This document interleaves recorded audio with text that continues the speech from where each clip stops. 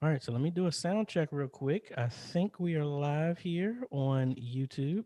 Give me a second. Nope. So it caught everything that I was saying so far. All right, audio is sounding fine. If I can do a sound check, somebody say something, please. Yes. Testing one, Hello. two. All right, everybody good? Coming to you live from Streets of Destiny. Hey,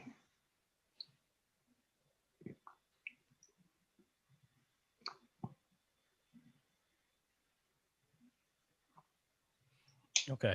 All righty. So everybody, we started early. Who was here on YouTube? We have a few people who are watching. I want to invite y'all. Well, not invite y'all. Y'all already here. Want to thank y'all for joining. This is what I always talk about.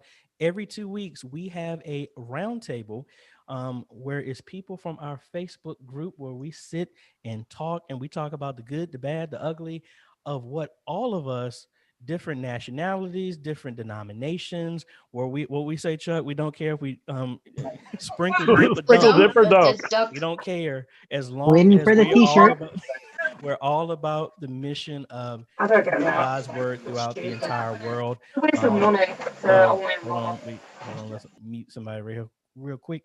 What we're gonna do is I have access to bring in everybody. We see a couple of people on here. I'm gonna let y'all see from here. It's going to be small, but I can bring in people who have comments here. I may see if I can change mine to speaker. I think we'll do something like that. So when people are talking, it'll switch over to them. So we have other folks here who are in the on the YouTube stream. Hello, everybody. Jack Wolf, hello, everybody. Now I'm gonna be careful with y'all because the way I have it, it's gonna cut over to everybody when they start talking. So I'm probably gonna mute y'all here for just a second, but we'll bring everybody back on when we start discussing. But real quick, let's get the formalities out of the way. Um, this is just a collection of media ministry folks that have been watching me on YouTube and they've joined the Facebook For Me media group, and we have a call every 2 weeks where we are in the hunt, in the battle with media ministry, and we come on every other weekend, every other Sunday to have a Zoom call, and we talk about the good, the bad, and the ugly, the struggles, the victories, and what we can do as a body of Christ to move media ministry forward to help spread the message. We don't care about your age, we don't care about your denomination, we don't care about your color, creed, whatever. We're all about trying to help everybody move forward, and that's what this is about. We talk about everything from we have people who are 12 years old running the media ministry up to 92 years old running by themselves. We have people who are still on cell phones, all the way up to people that have humongous studios. So hopefully, what I like to say that this group is an excuse remover. We have tons of people in here that we can share and hopefully answer some form of question that you may have. So we're going to be just talking like we normally do. If you have any questions on the YouTube side, let me know. I will bring up your comment and then or question, and I will throw that to the entire group. So it's not just going to be me talking, it's going to be a collection of media ministries from all over the world. It's not just Virginia. We have people from all over the place. I'm waiting for some people to come in from London. We got some folks from Malaysia, Nigeria, Brazil. We're all over the place. So let me switch back to gallery mode, and what we're going to do is I'm just going to go around the circle, folks, and for the most part, if y'all can unmute yourselves, but if you have some noise in the background, please mute yourself. If not, I'm going to have to mute it so we can kind of have this kind of orderly. So we're going to start over here. Chuck, if you don't mind telling us who you is, where you're from, and how long has your ministry been, live streaming, sharing the message online? My name's Chuck Taylor. I'm with St. Martin's Episcopal Church in Keller, Texas. It's a suburb of Dallas-Fort Worth.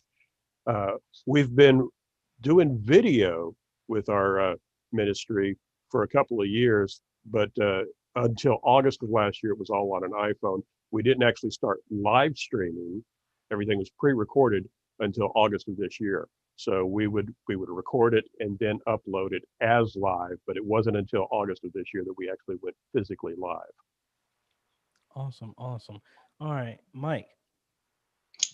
My name's Mike Fair. I'm out of Connect Community Church in Hamilton, Ontario, just outside of Toronto. And we started recording our services back in March when the church was in our first lockdown. And we actually started live streaming in June. And so we've been doing live streaming since then. Today, it was kind of a bittersweet day because we had our farewell service to our pastor. He's retiring at the end of the year, and he's been pastoring our church for 20 years. So that was something that we kind of were entering into the second lockdown for us. So we had to push up the farewell service to get it so that we had a good send off for him. But yeah, that was good. Awesome. Awesome. Brother Art.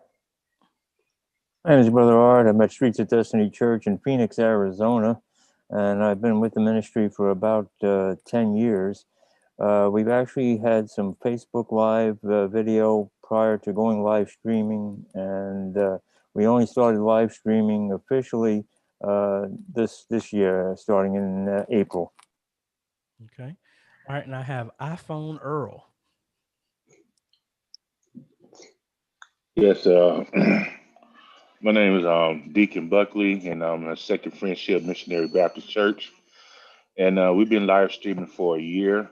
And I started off with an iPhone. Then I worked my way up to a JVC 250. Then I also used the Sling Studio as do our service. So I'm just trying to learn more to add more stuff to my arsenal so I can do more funerals and weddings at the church. All right, and where are you from? Flint, Michigan. All righty. All right. All right, Clarence. Good afternoon, all. Clarence Johnson. I'm from the Sergeant Memorial Presbyterian Church in Washington, D.C. And we're not streaming as of yet. I'm just trying to learn all I can about the subject matter and how to do it. And maybe one day I'll be dangerous enough to convince somebody to let me do it. All right, Dominic, or I don't know, Dominic might be, is he watching a football game? Yeah, I think he's watching a football game. We'll come back to Dominic. All right, Francisco. Yes, I'm Francisco West from the Owings Mills area. That's in Maryland. I've been live streaming with my wife's ministry. We've been live streaming, I guess, since I don't know, right when COVID started, but prior to that, at my local church where my wife attended, we've always done a form of streaming by, having our audio available online. And even our local ministry, we've been doing a lot of live streaming via Zoom. And so that's what we've been doing. And my wife and I, like I said, we've been doing through Facebook, and we're looking to expand even more in the live stream area. And the excuse for mover, Josh. Is that me? Oh, wait a minute. Well, we got two Joshes. So we got Josh and then we got Joshua. So Josh first. Hello, I'm Josh from Tabernacle Seventh-day Adventist Church in Miami, Florida, right outside Miami Beach. And Josh, pause for a second. Oh, wait a minute. You pause for a second. Repeat that again.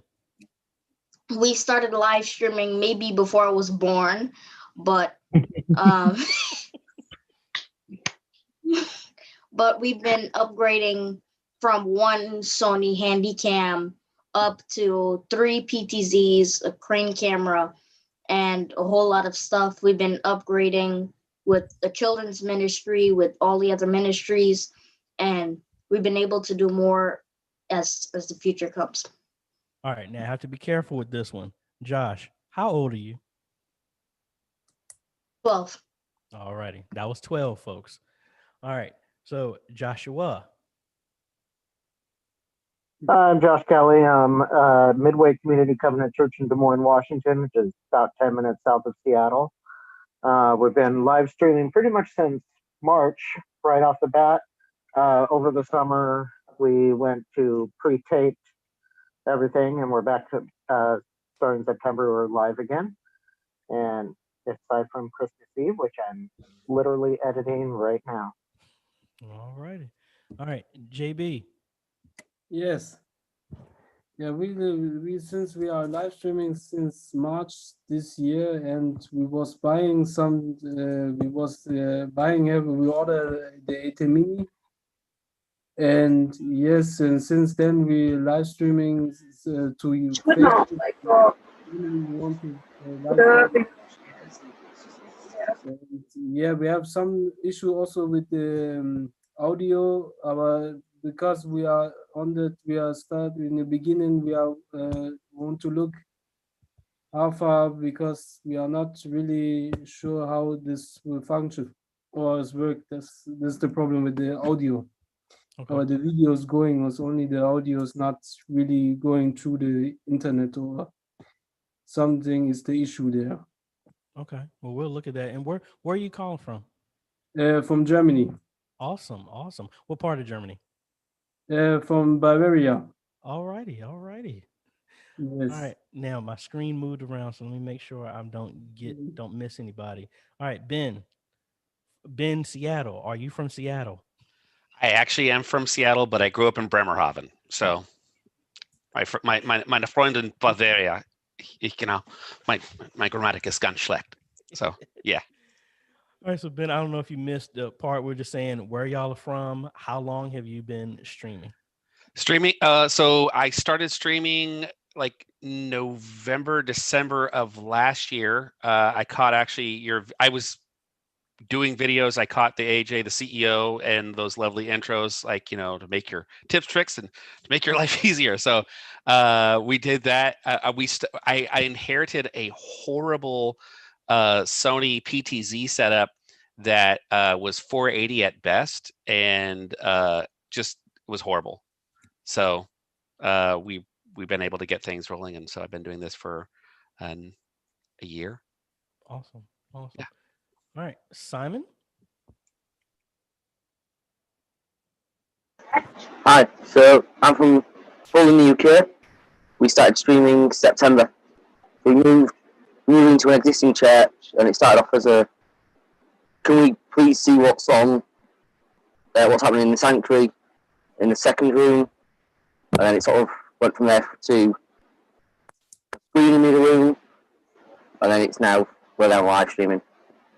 Okay, awesome. All right, Scott. Hey, I'm Scott out of Oregon City Bible Chapel, Oregon City, Oregon. We've been live streaming audio here since about 2003, 2004. But then with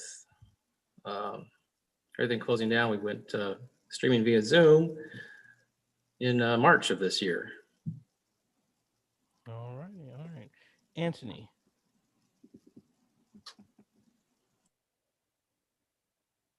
All right, we'll work our way back. Dominic. My name is Dominic, from Ebenezer Baptist Church, Exmoor, about hours and change from Virginia Beach. We've been streaming since 2007, when Ustream was popular. And of course, that was SD, and we just finally upgraded to HD back in August. But we've been streaming since 2007. Awesome. All right, Jinx. Good evening. Hello. I am from Bethel AME Church in Hampton, Virginia. We started live streaming around the 1st of April with just one camera and its internal microphone. And we were in the process of moving into a brand new church at the time. So once we got our equipment installed, we started feeding audio from our Behringer X32 and have installed 3 PTZ optics cameras. The last 2 weeks, however, we've been out of the building due to people testing positive with COVID, so we've been doing more remote stuff through Zoom from several different locations. All right. Now, Jinx, in your Zoom, see if you can turn off your auto mic balance, because you were going in and out there. All right. Thank you. Roberta. Hi. Let's see. I'm from St. Louis, Missouri, New Life Community Kojic. We have been streaming live probably for about a year or so, and I'm just trying to get more knowledge on how to get new cameras and stuff added, things like that. Awesome. Awesome. All right, Antonio. I'm from Erie, Pennsylvania. I serve as the media director at Greater Calvary Full Gospel Baptist Church, and we've been streaming since 2012. Reggie. Hey, yeah, I'm out here in LA. It was kind of rough this morning. The internet went down. Hey, ain't it always? Mm-hmm. So, but I'm training somebody, so everything's good though. Starting to use vMix now. Okay, awesome. Now, how long have you been streaming? Ever since we started with the COVID. Okay, Since so April. Okay, April. Yeah. Yeah. All righty. D. Hey, I am from Phoenix, Arizona, First Pentecostal Church, and we have been streaming since March. Awesome. Awesome. All right, Alicia.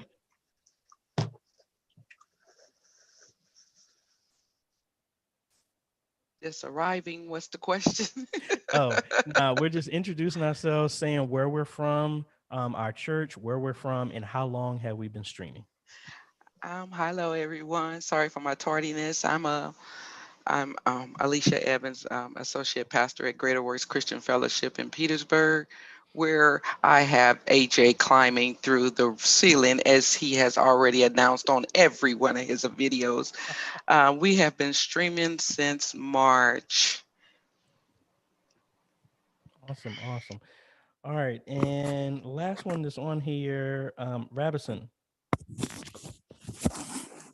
Yeah, hi everyone. My name is Robinson. I'm from North Miami Beach SDA Church. In our church, we haven't been streaming from the church. Like currently, I've been streaming from home because the church is closed. But when the coronavirus hit, we were not streaming, so we didn't have the equipment to stream for the church's service. But right now, I stream from home using my personal equipment and stuff. So we record this at the service, and we have our sister church that I tap when the pastor is preaching from there, and then to reach all the other members from the other churches. All righty. So everybody we've gone through so far, we already know how we know. For those who are watching that don't know, this is free, come and go. So we're gonna have some people that come on. We're gonna have some other people drop off. We just have this session for about like 2, but this time we're going for close to 3 hours, and we talk about a wide range of stuff. I just left it in the comments. I can bring your comments in. So if you have any questions for any of us, so it's not just me, we're going to pose it to a wide range of people that have different levels of length and time during streaming, media ministry and stuff. So don't just think we talk about a lot of stuff, not just technology, but we talk about the mindset behind it, why we do this in the first place. What happens when you're dealing with people that think this is a fad? You don't need to do this. That this is just something cool, kind of like having a fog machine inside your church that helps with the ambiance in the church, but how this can be used as a tool of ministry, and how we have other pastors on here that will probably join here in a little bit, so they can come from their standpoint as well too. But we just talk about a bunch of different things. So one thing I'm going to throw out there to start, well, I didn't answer this myself, and it looks like we have a question here in a second, but for me, AJ, here at Antioch Baptist Church here in Richmond, Virginia, we have been streaming since 2015. We started with a Logitech C920 webcam.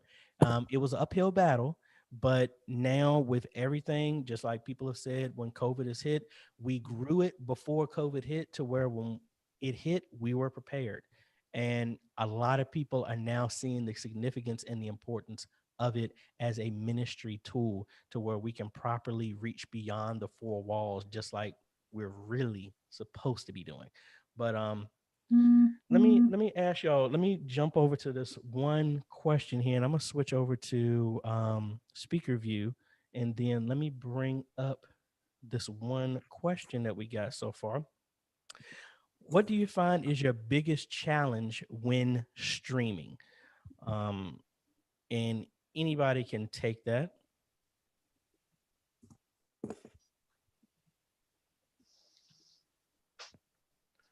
My biggest challenge is internet.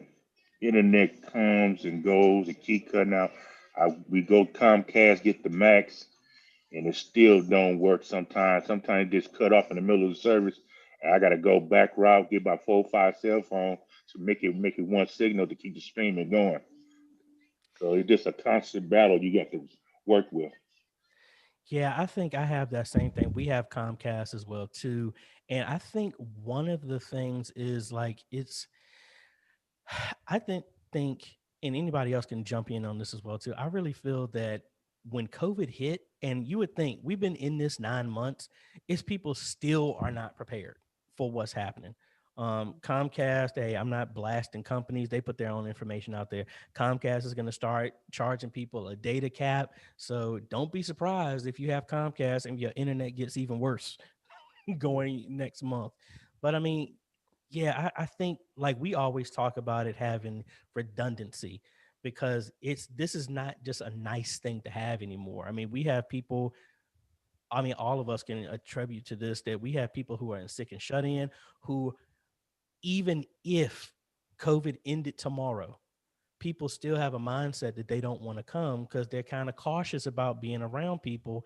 And internet is just one of those things that it's about as essential as electricity and water. Any thoughts on that? You were saying with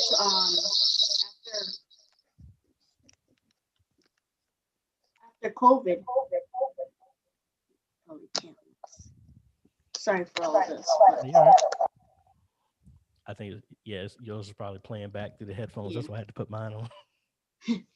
But as you were saying, when I would listen to one of the worship summits from PTZ Optics, they mentioned this thing called the Great Congregational Migration of 2020 or 2021, depending on whether the vaccine or whatnot. But in the beginning of 2020, people are only coming to church. And now that we're in COVID, it's only online. So now when COVID is all over, now you're looking at both people going to church physically and going online. So you have to make sure you keep those two up rather than just drop one or stop one. Yeah, and I think what do y'all think about that? Like, I've heard a whole lot of churches where they did this live streaming thing. It was like a Band-Aid for a broken leg. And it's one of those things that, yes, everybody had to jump to this who didn't dare to try and still have stuff and put people possibly in harm's way. But that's one of my things is it's like, I would hope, well, let me just pose it to the group. For y'all who just recently started live streaming this year when COVID happened, what were your results? Like, were you seeing a lot of more people on it? And then ultimately, do y'all feel like y'all are going to go back to what it really was and not do live streaming at all?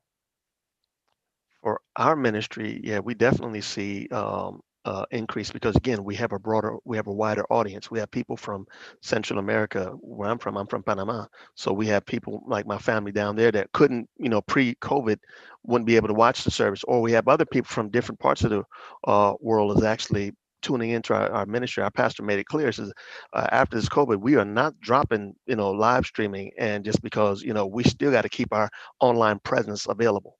So I think that's something very important. Yeah, I'm sorry, go ahead, Chuck. I was just going to say absolutely. And another part of the thing for us is the shut-ins. People who were in nursing homes and unable to come to services have reached out to the church because now they're able to see the service because it's a live stream and they feel more included. And that inclusiveness, is more welcoming. And I think that helps us with our mission to get the Lord's word out there. Yeah, I think a term that I've been hearing, sorry, it's an ambulance just going by.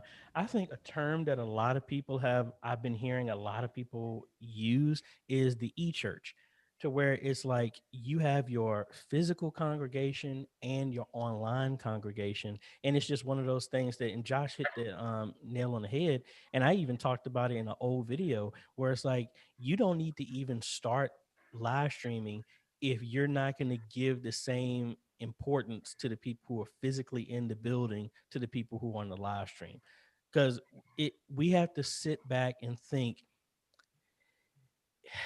the paradigm has changed because of COVID. We all know that.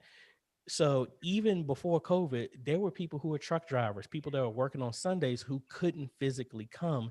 And Yes. I feel that we need to stop demonizing people who don't come to the church, the actual building. Now, we know the scripture, it says, forsake not the gathering of others. I'm not saying we need to just stay at home. That's not what I'm saying.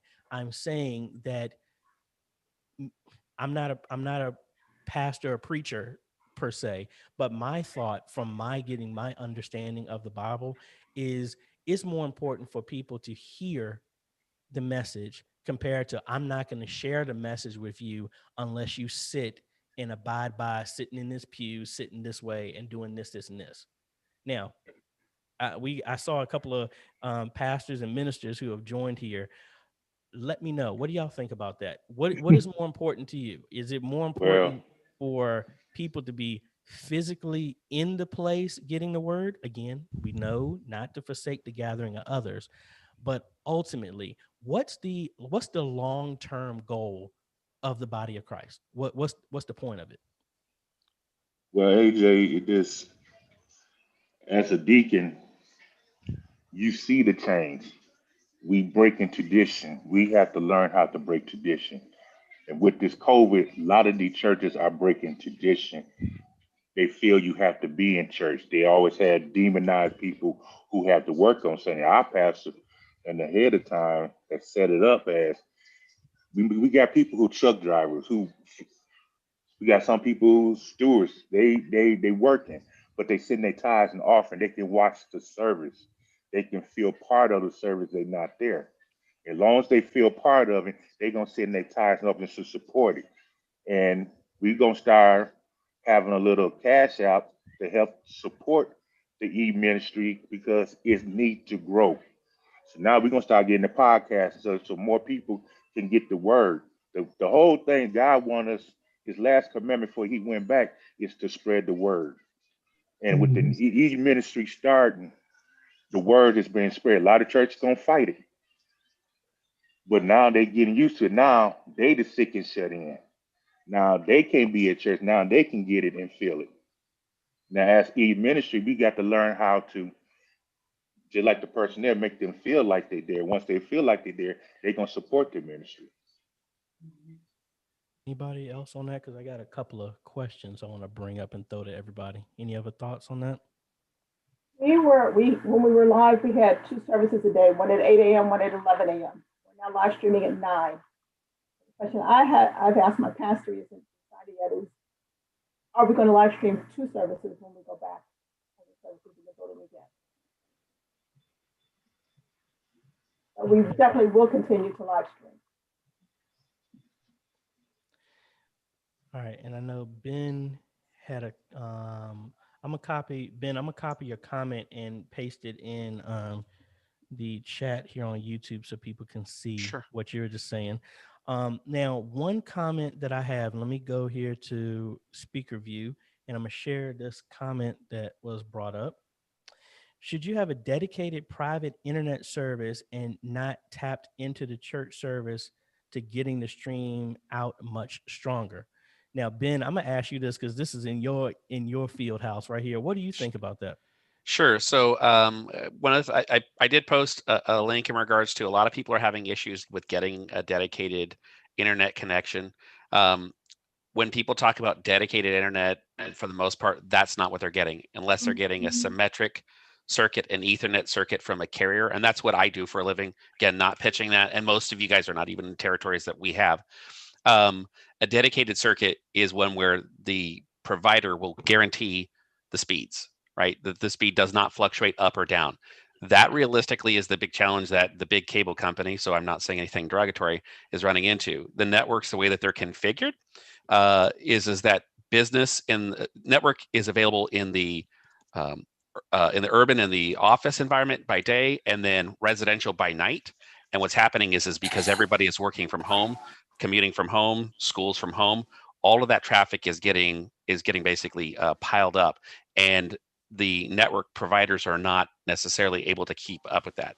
So back to the LAN portion, or the, how do I prioritize? Getting a dedicated circuit that is like, let's just say a coax connection, a cable connection, that speed's going to go up or down unless you're paying for fiber.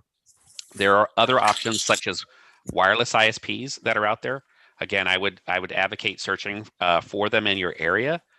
I would advocate for prioritizing traffic with something that will do like an SD-WAN.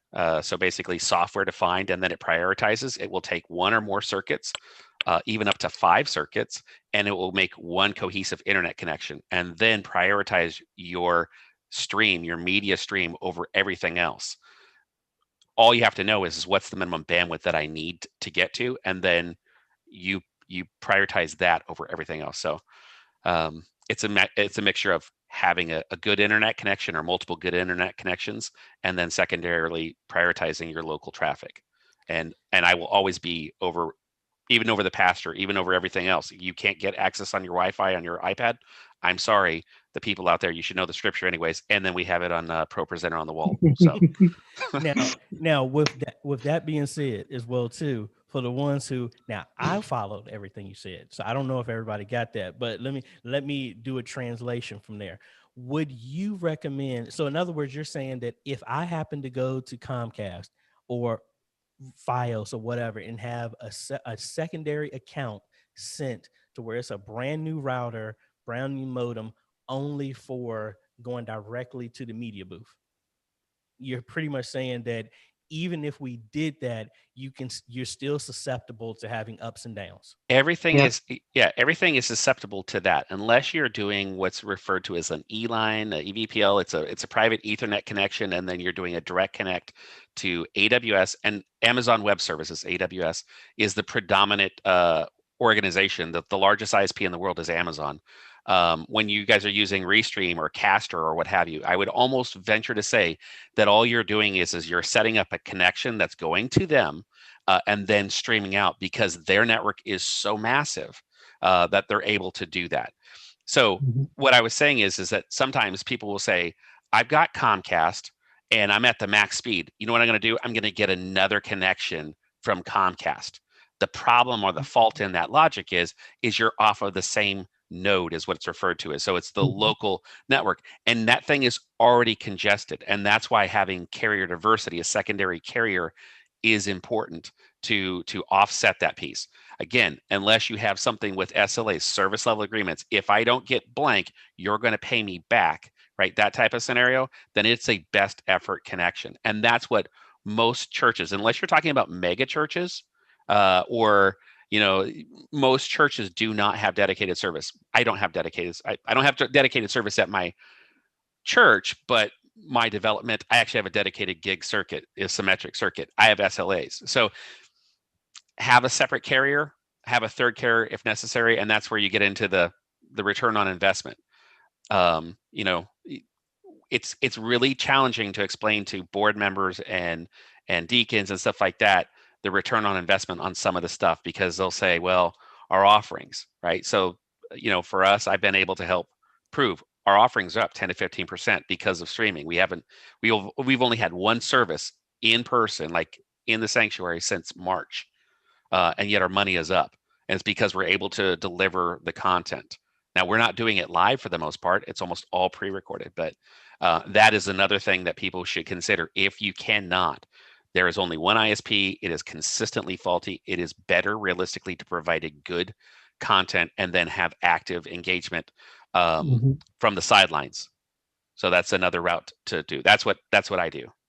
Awesome. So now, Robinson, you had your hand up. Had a comment? Yeah, mine is more of a question, but it's based on what you guys are just talking about. Because I was talking about our mother church. We had a problem like that where the internet just went down during the service, and then when we did the troubleshooting, we found out that it was not our problem. The problem was that Comcast cut our connection, saying that they were using too much data, so they kind of came over the limit. I don't know what at the time. I didn't know what account they had, so it took out all the service. So the church said, no, we need to find a different way where this doesn't happen again. So in the area, it's only Comcast that can provide internet. So now when I was talking to Comcast, the cheapest, you're talking about getting a dedicated line. The cheapest is they call it a 50 by 50, which is 50 meg download, a 50 meg upload. So I wanted to know from you guys, do you think those speeds would be enough, considering how much we would be paying for it? Because a dedicated line is expensive. So I wanted to know about that. I don't have an opinion. So in regards to Comcast, a lot of times people will look at just the cable provider and not the phone provider. Now, where I happen to live, the company I work for, we acquired Frontier Communications for 4 states. So we're actually the local exchange carrier. So in the United States, it's basically AT&T, Frontier, CenturyLink, which is now Lumen. Right? Those are I think the main ones that are out there. There are regional ones. I would look. People say, well, there's no other providers. That's generally not true. You may only have a DSL connection as a secondary option, and that may be an inexpensive option for you to look at. There are things like where people will do a Wi-Fi hotspot, what's it, MIMO. So you can get those things. You can get equipment that can basically bond all of those services together to ensure that you have that upload, even if it's not there. Comcast's upload, that 50 megs, that's more than enough to stream anything. Realistically, what, AJ, 8 to 15 megs is a realistic piece, depending on how many streams that you're doing. There are some people that are not leveraging Caster or Recaster or a homebrewed version of that, and are actually sending out multiple streams at the same time and maybe causing some of their own pain. But send me a message, and maybe we can work to find an ISP that's out there in your area that you don't know about, because it's not something that you do day to day. It's something I do day to day, and there's people out there that can help out. Again, I don't want anything for it. I want to make sure we get you connected with an alternative to the cable company. All right, let me jump over real quick to some comments based on what we had talked about before. And I got y'all's hands that are up here. I'm gonna want to bring in some of the comments based on some of the stuff we said already. So Sharon was saying it should be to reach the lost, and the e-church is doing just that. And that's what we're talking about. Like, for ones who are saying that when we get back to normal, we're gonna go back to doing stuff like that. And I think we have to realize that there is no normal, to be quite honest. Even if we get back, it's still going to be some people who don't feel comfortable coming back yet. And then JHB was saying the same thing. It's always about reaching people. There used to be a ski area that would have a non-denominational service on Sundays in the lounge right after the lifts closed for those who miss services. It's about, I hate using this analogy, but it's almost like picking up low-hanging fruit. We're sitting back thinking. And again, I'm a preacher's kid. I've been around church all the time. I'm not talking about my church. I'm just talking about just from experience that, unfortunately, let me know if I'm here by myself. Do y'all ever feel that us as a body, we do the least amount possible, or the least amount that is visible, even though we could always do more? And then I want to, Damien, see your hand. I don't know if that's reference to that, but I'll ask you that as well, because I know you one of the men of the cloth there. Yeah. So it's weird. So I actually had a comment on kind of crossing over between the two. Okay. So our church had to make a transition. So we've been meeting online, and we recently have an opportunity to meet, but it's in a community space. It's in a community park. And so going there meant we had to leave our 100 megabit symmetric, upload, download, fiber connection to a situation where all we have access to is a mobile hotspot. And we had to find a way, in order to make that transition, we had to find a way to make that work so that we can still serve those that maybe they can't, or maybe they just don't feel comfortable yet, because, you know, COVID numbers are still what they are. I mean, our area is a lot better than a lot of places, but it's always a realization that everybody's not at that place yet where they, you know, whatever the situation may be, they may have, you know, pre-existing conditions or family that's sensitive. And so they want to be more careful. And so we had to figure out a way where we could do both. Like, we value being together in person, but we also didn't want to say, well, we can meet in person, but because it's only mobile hotspot, we won't be streaming. So come and see us in the building. And so for us, we ended up getting a PepWave mobile hotspot. And those are interesting because they're way better than any mobile hotspot you can, well, from my experience, mobile hotspots you can buy from like the providers. And we actually we're able to stream with the A10 Mini on the medium setting through Restream with no issue. Now, with that being said, when I was in our 100 megabit, we can do exactly what you're talking about and do one stream to YouTube and a separate stream to Facebook, and everything's perfectly cool. But going in a mobile situation, we just couldn't do that. And so doing the Restream allowed us to be able to get to both destinations more efficiently. And today actually worked for the first time, like almost seamlessly. So that's a blessing to be able to do that. But we wouldn't do it otherwise, because I just wouldn't feel right leaving people behind. Yeah, and while you say that, I have this is a Skyroam that I bought when I used to go cruise all the time, and it's a one-time hotspot, but you pay $7 a day for unlimited access, and it's international hotspot, so it can work anywhere. I think this was like $150. I mean, I've taken this on cruises. I've put this in the car for my daughter to use. And I mean, it works perfectly fine. I've actually streamed football games off of this. I mean, I think kind of like, and I never did the video yet, so my apologies for that. But we collected everybody here in the group on Facebook. We built a list of essential stuff that we feel every ministry should have. And one of those things is like a hotspot as a failover, because what we always say is not if something's going to break in media ministry, it's when. Because it is always, no matter how good your stuff is, sooner or later something is going to happen, whether it be kind of like Reggie, you're talking about, like the internet just goes out. You can't control nothing about that, and we need to be able to have a quick failover to switch over. Now let me jump over to some other comments that people have said in reference to what we were talking about with the church in general.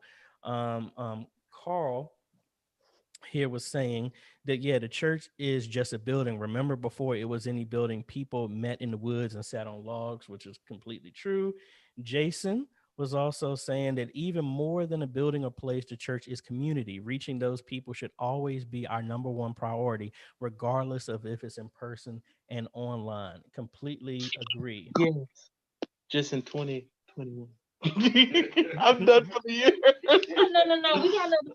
All right, so let's see. And I think Chris is actually saying something similar.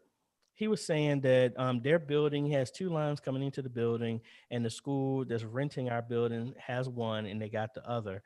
And the only way to up the speed is to get another line in. Hold on, next part of the comment. That will involve a $200,000 bill to dig another line. That it's like the fact that internet is so needed right now, it just gets me why these companies are like charging an arm and a leg to maybe I need to leave that one alone. Let's see if we have any other questions I might have missed. Yeah, we don't have any. No, I have one, but I don't know the answer to this one. So let me ask y'all. Diana has a question, and maybe this might be for some other folks here. I don't know the answer to this. Diana wants to know, what is the cheapest solution you have found for integrating tally lights with the A10 Mini Pro? Has anyone tried the ESP32 microcontroller? Now, I don't know. I think Chuck is on a call right now, but I know pretty much, if y'all don't know what tally lights are, that's just going to be that when you're switching to a certain light, a certain camera, that it'll have like a red light or something to notify the operator that this is the camera that's currently live. I know you can do something like that with the with a There's a couple Android apps out there, but I have not done that. Hold on, let me. There's a function for that in vMix as well. Mm-hmm. Yeah, I'm actually working with a M5 stick with the SP32, and I'm starting to write the programming on it. I've got a couple hiccups that I've been working on, but it does work, and it's pretty cool. And the little M5 sticks are only like $13 each. Yeah, I was gonna play around with doing some stuff, write some code for like the Raspberry Pi, but I mean, honestly, I was like, I don't need tally lights since most of the time, sometimes there's only two people in the media booth. One person is handling all the cameras, and then the other person is handling audio. But let me throw this question out to everybody, and we got a ton of folks here. We got 2 pages of folks here on Zoom. It's been a while since we had that many people in here, but let me ask y'all, what would y'all say? Hindsight is 2020. What is one thing that y'all, if you could take your knowledge now and take it back to March of this year, what would you tell yourself from a media ministry standpoint with everything that's going on? It doesn't have to be technology, but I'm just saying from the media ministry itself, from any aspect of that. Buy a 16-channel mixer instead of an 8-channel. Okay, Chuck, go probably ahead, try to learn different new skills, try to make it more interesting, try to make it feel like the person is actually there listening to our service, actually in the building watching, and they can feel that they're actually there. Okay, anybody else? Plan. That's like planning a service and then executing it well, I think is something that we've like learned. And now once we do that, it makes things go so much smoother. Sorry about that, Ben. Oh, that's okay. I was going to say focus on evangelism. What I've found, at least for us, is most of this has been taking care of those people who already believe, as opposed to really focusing on how do I get somebody who doesn't go to church, doesn't have actually engage in that and shift that. So, because I think for many of us, I think probably streaming was just a response as opposed to what your goal was, which was actually to launch churches to evangelize. So, anybody else? I think what my church has learned from this is that we should be proactive instead of reactive. Yeah, exactly. Robinson, go ahead. Yeah, mine is just to piggyback on what Ben was saying. Yeah, more evangelizing. Like, because I know, like, once we begun streaming, our pastor started a Bible study, a youth Bible study. And I'm telling you, like, the Bible study right now, it has more people engaged more than the Saturday Sabbath service, because a lot of people are able to ask their questions, and their questions are being asked. So I think, yeah, more evangelizing and catering to the people that have their needs. My thought would be, again, I can't control this. This is what I feel, but I wish there was some way for me to get more people to embrace change than fight it. I don't know how you would handle that, but I mean, we've gone into this 9 months in, and it's still people kicking and screaming that this thing is going to end tomorrow. And I sit back and think, well, let me pivot a little bit. I think just like y'all was saying, is evangelizing. I completely agree with that. And I also think we need to steal something from my friend Kyle, who's been on one of these calls before, is to stop ignoring and only focusing on one generation. To where I don't know about everybody else, but are we ministering to the kindergartners? The timer. Are we ministering to the folks from 1 to 12, from 12 to 16, from 16 to 18? Are we doing content ministry that's appealing to them, or are we trying to use a round peg and squish it into a square hole to be like, look, this is what we're doing. Y'all just have to accept whatever we're doing, and not really ministering to their needs.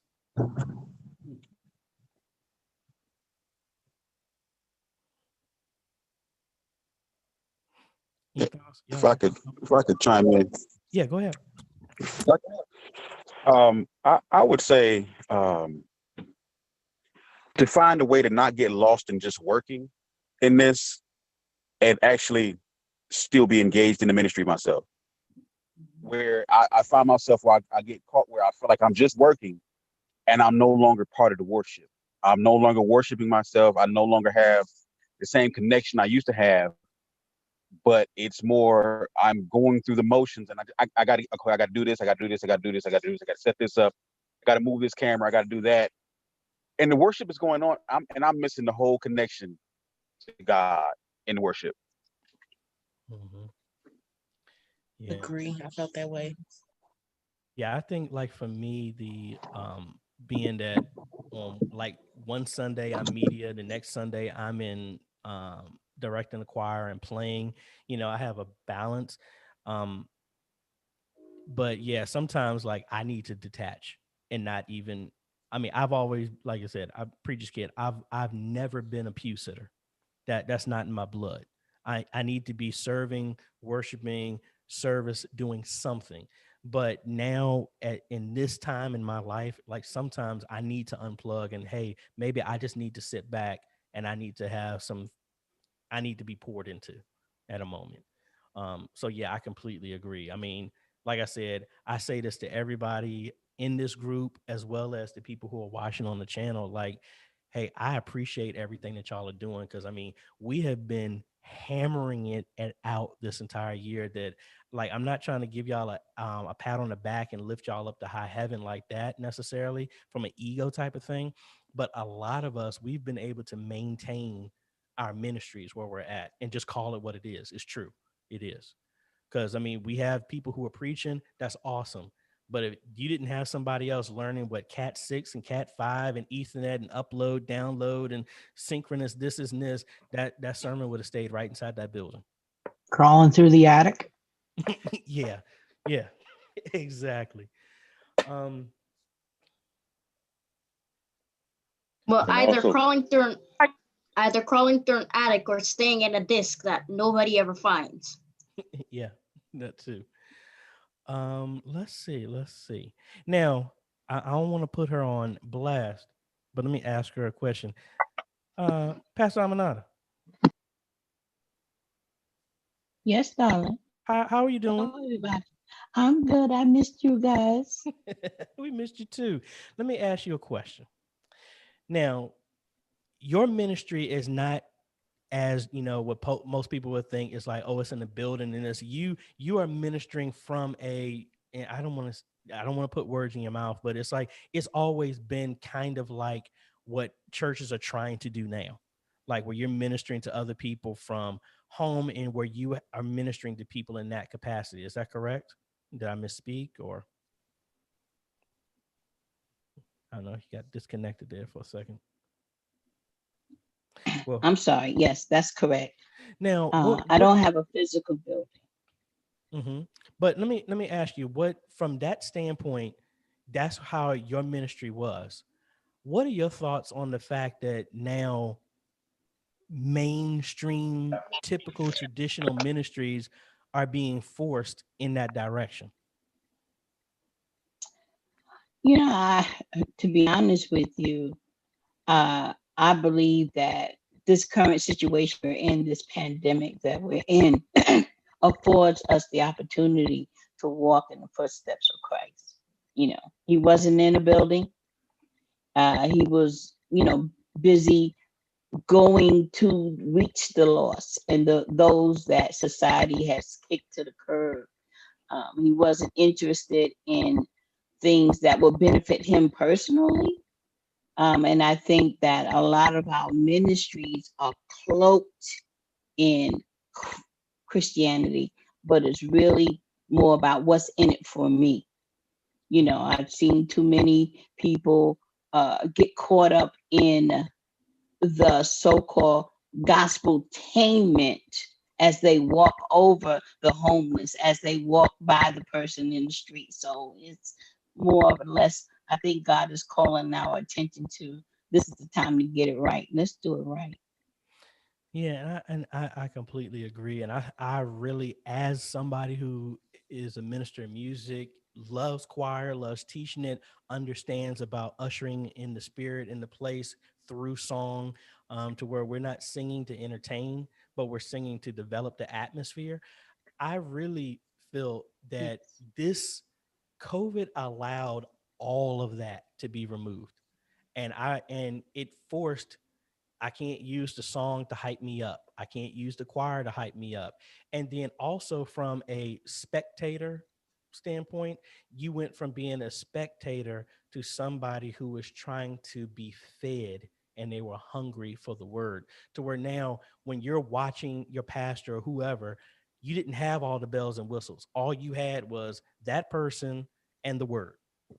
And you literally had to change your diet back to, man, all I'm consuming is the word.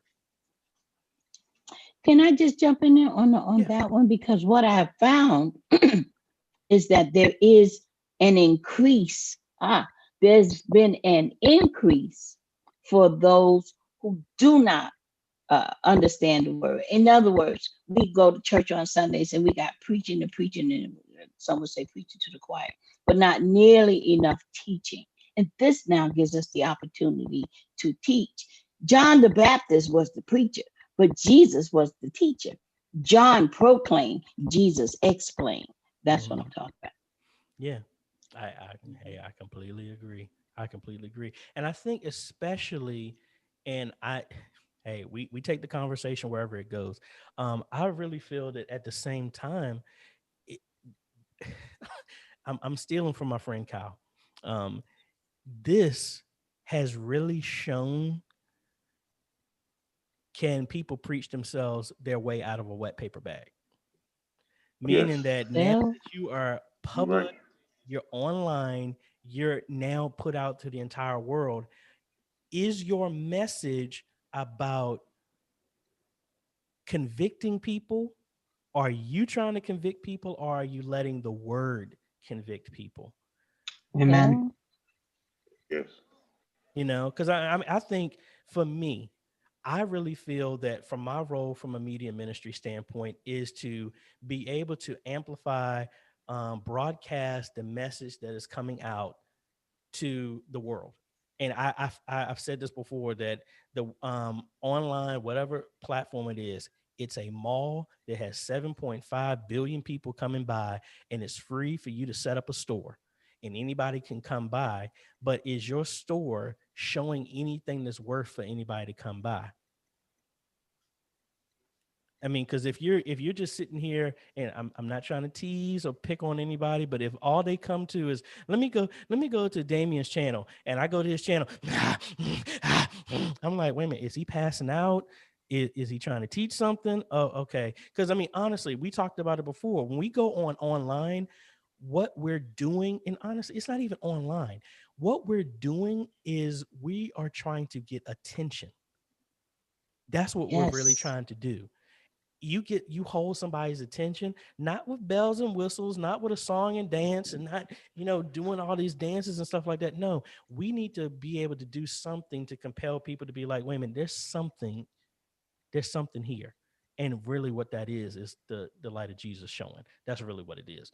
But the idea is you show something to have somebody's attention, because in my mind, what I think when I make sure that live stream is on, my thought is, what if somebody is getting ready to kill themselves and they just happen to hear 5 seconds of something coming from this ministry that can possibly stop them and keeping them alive a day long? AJ, I actually had that happen. I had that actually happen to me. I was invited to do someone's radio program, and I had 10 minutes.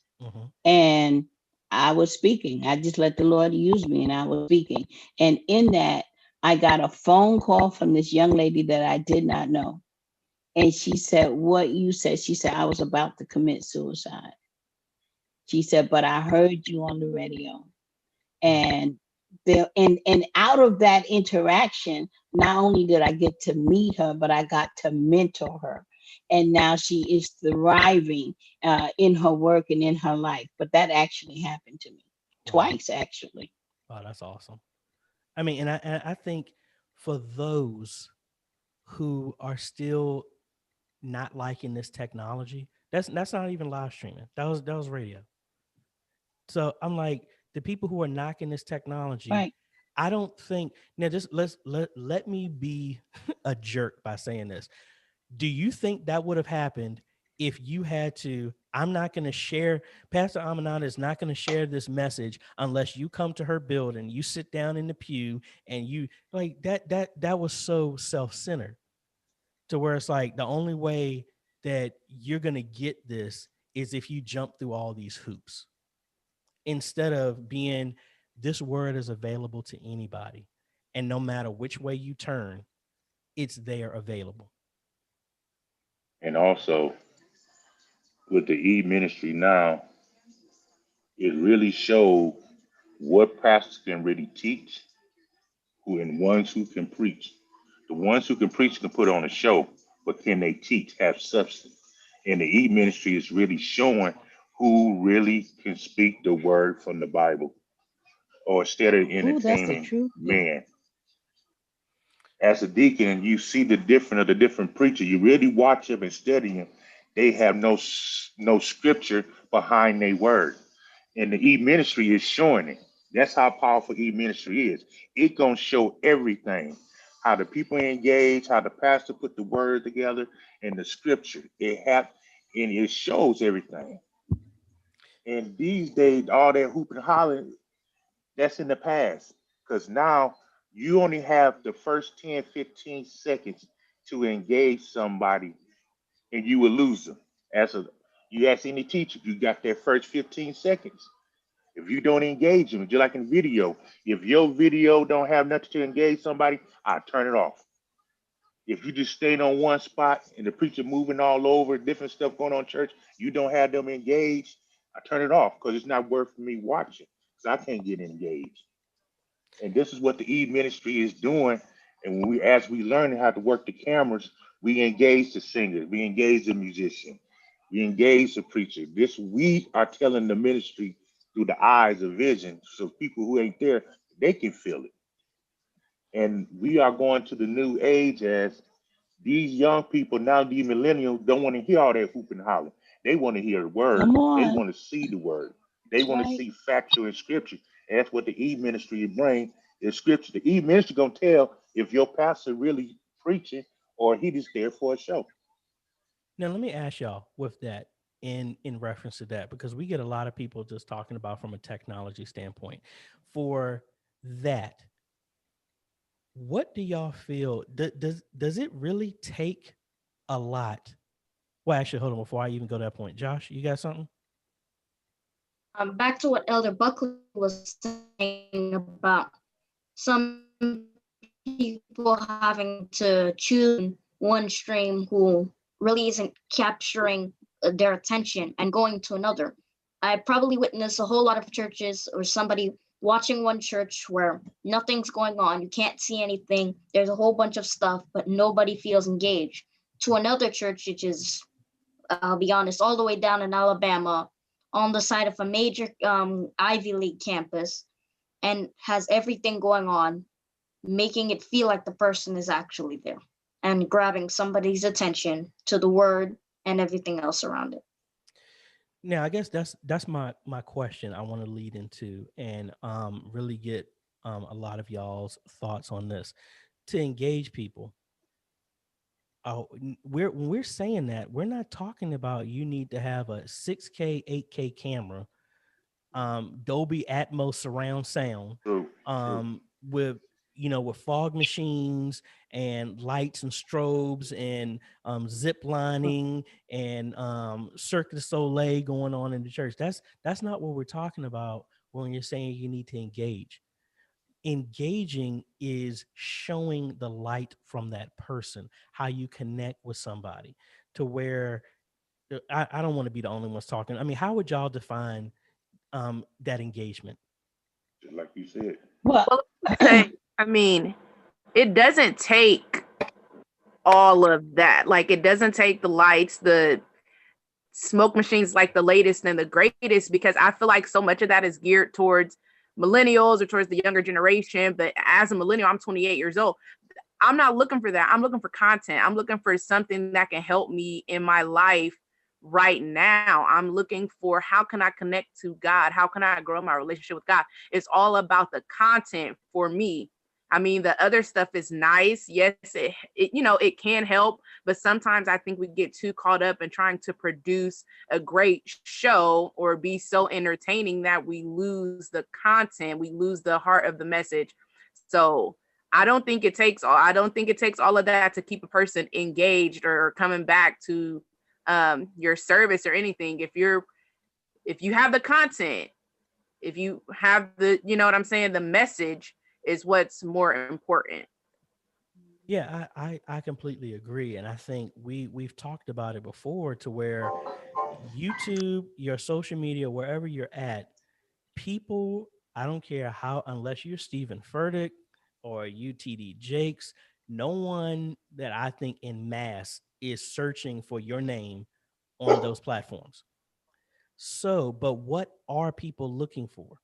They're looking for answers.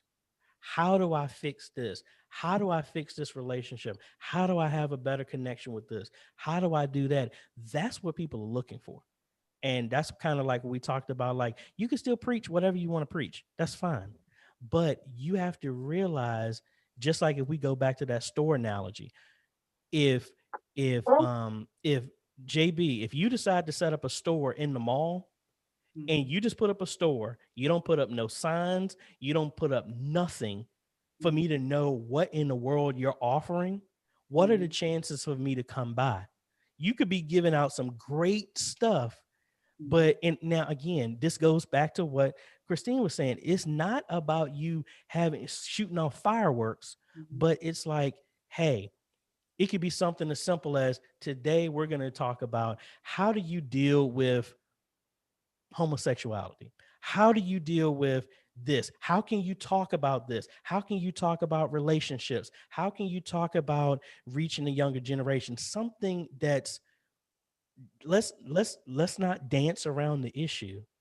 Let's talk directly, because that's what people are looking for. How do you talk about dealing with, you just left home and you're down at school and you now have to depend on yourself? How do you get through, oh, I'm in an abusive relationship?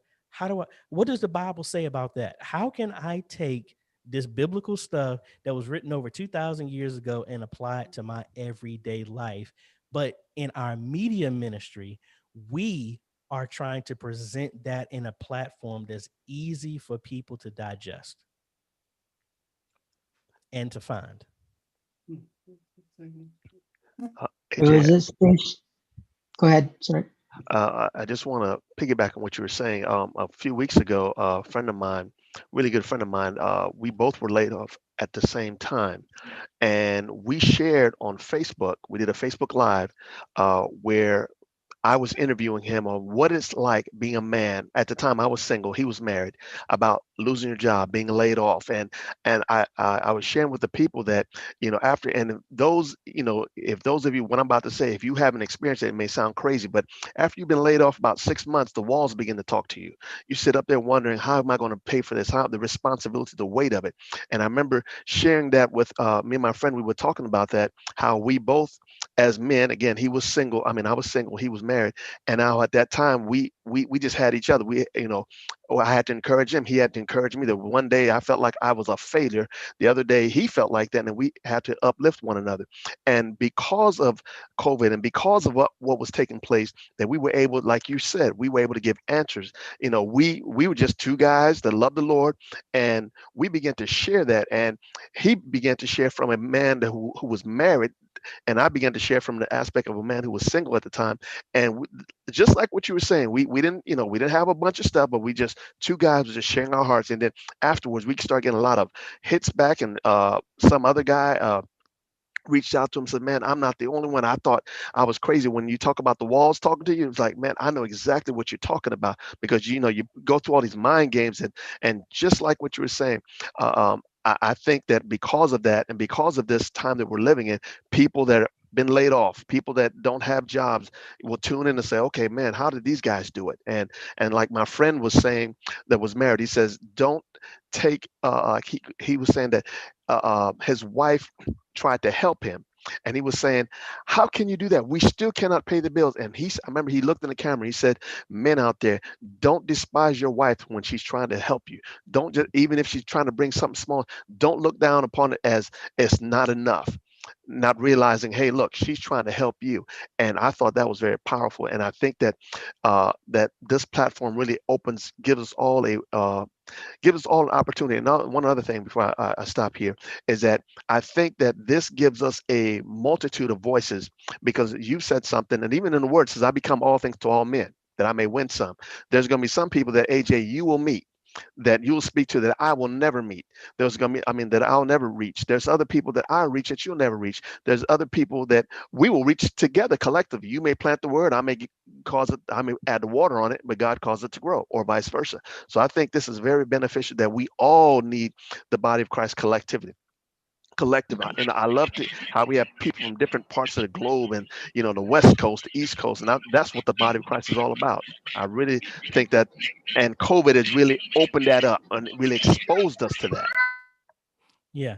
Now I got somebody who has a comment about this, but let me get to two people first, with three people first, and then I'm gonna bring up a comment here. So Sean, if you can go first. As I was going to say that, as far as this platform of media ministry, what it has allowed, even for me personally, during COVID, was to share the gospel through song and piano playing with people who I know for a fact don't go to church and are not looking to be inside of the church. And so it's allowed for more people to be able to be witnessed to when they don't want to come to a building. And then also it just shows a little bit more of, as everybody else is saying, transparency of the ministry, what's still going on. And for me, I'm the minister of music at the church I play at, and they know I will stop playing and just let you worship. Is your worship really for real? Because if it's for real, it don't matter if the power in the whole church go out. If you're really in worship, that's not going to make a difference. And so, I mean, it's cool to have the fog machine and the lights and all of that, but it should be an addition to the church, not the only asset to the church to bring emotional response to the atmosphere, because there's no true worship actually going on. I have to agree. Damien and then Otis. Yeah, I was gonna just say, when it comes to like all the fancy stuff, the reality is, unless you're a mega church with a mega church budget, you're not gonna outproduce these mega churches. And I think it's easy to look at, you go on YouTube and you realize, like, man, they're on the same platform that we're on. But I think where we can offer a distinction is that personal connection, right? And so being able to relate to people and to converse with people. And then when it comes to technology things, I think the two things that I try to focus on is, one, eliminating distractions, because there's certain things that can just be a distraction, where like if you have bad audio, just crackling, people are just going to tune you out. And the other one I try to focus on is continuous improvement. So even if it's just little baby steps, to just say, hey, we gonna keep pushing, we're gonna keep getting a little bit better, we're gonna try to improve this one little thing. And I think people understand that and they appreciate that. And they're not going to judge you for saying, well, you don't have all these fancy cameras and all this other stuff, because they know that, hey, we're doing the best we can and trying to focus on what's important. Excellent. Otis? Hey, good evening, AJ and everyone. The other thing, like someone just previously mentioned, is reaching other people. Now, reaching other people, one of the things our pastor do is when we're live, he's telling members to actually share the stream while we're live. Because like you said, there's going to be people I can't reach and other people can't reach, but someone that's watching, that's sharing the link. And like Sister Avenata said earlier, you never know who's you're reaching out there, because other people are sharing the platform out. And like brother right before me speaking, you have to take baby steps. Our audio wasn't on par, and people was complaining the audio wasn't on par. We brought somebody in to help us with our audio. So those are baby steps that you have to continue to exercise and push forward. Now, before we go further, let me bring up a comment here. And this is from Peter. It was saying, do people sometimes have conflicts between faithfully reproducing the service, so not to be presumptuous, to improving, adjusting the content to make it better for the audience? Any thoughts on that?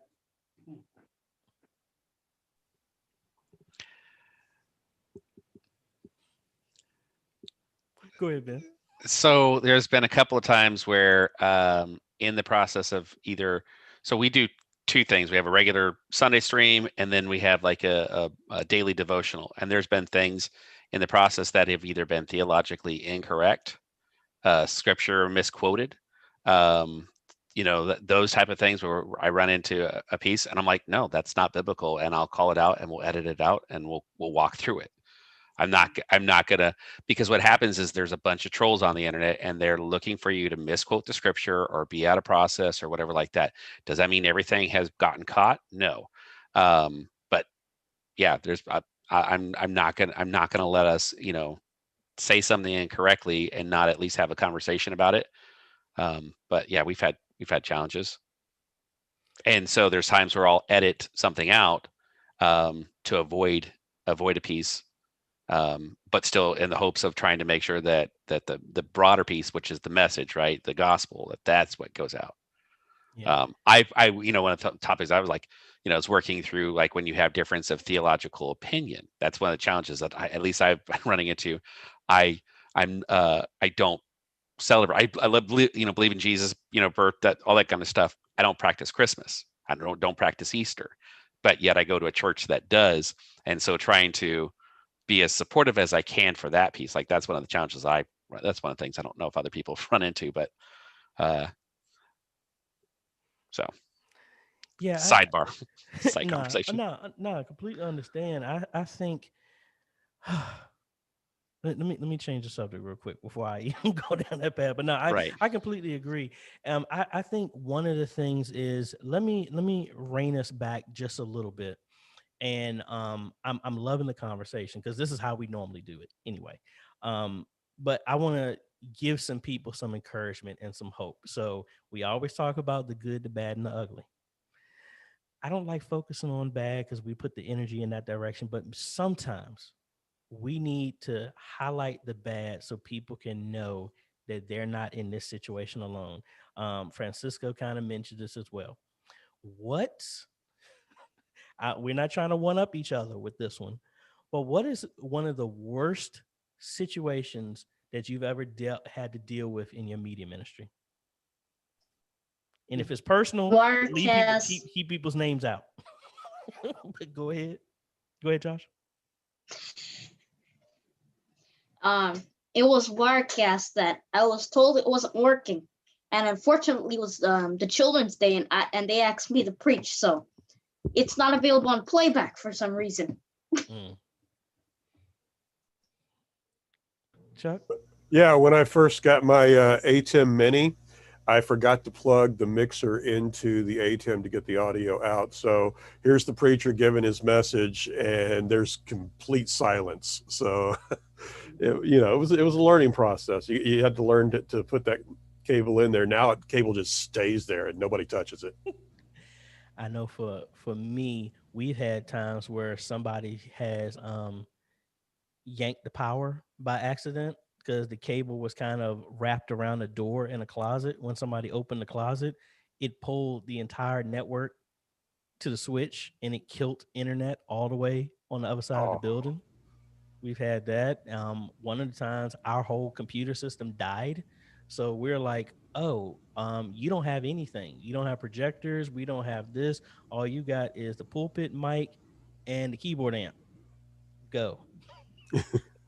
Well, here's the worst. You have somebody stand right in front of the camera and not realize they're standing in front of the camera and blocking your shot. Oh, that's a good one. Anybody else?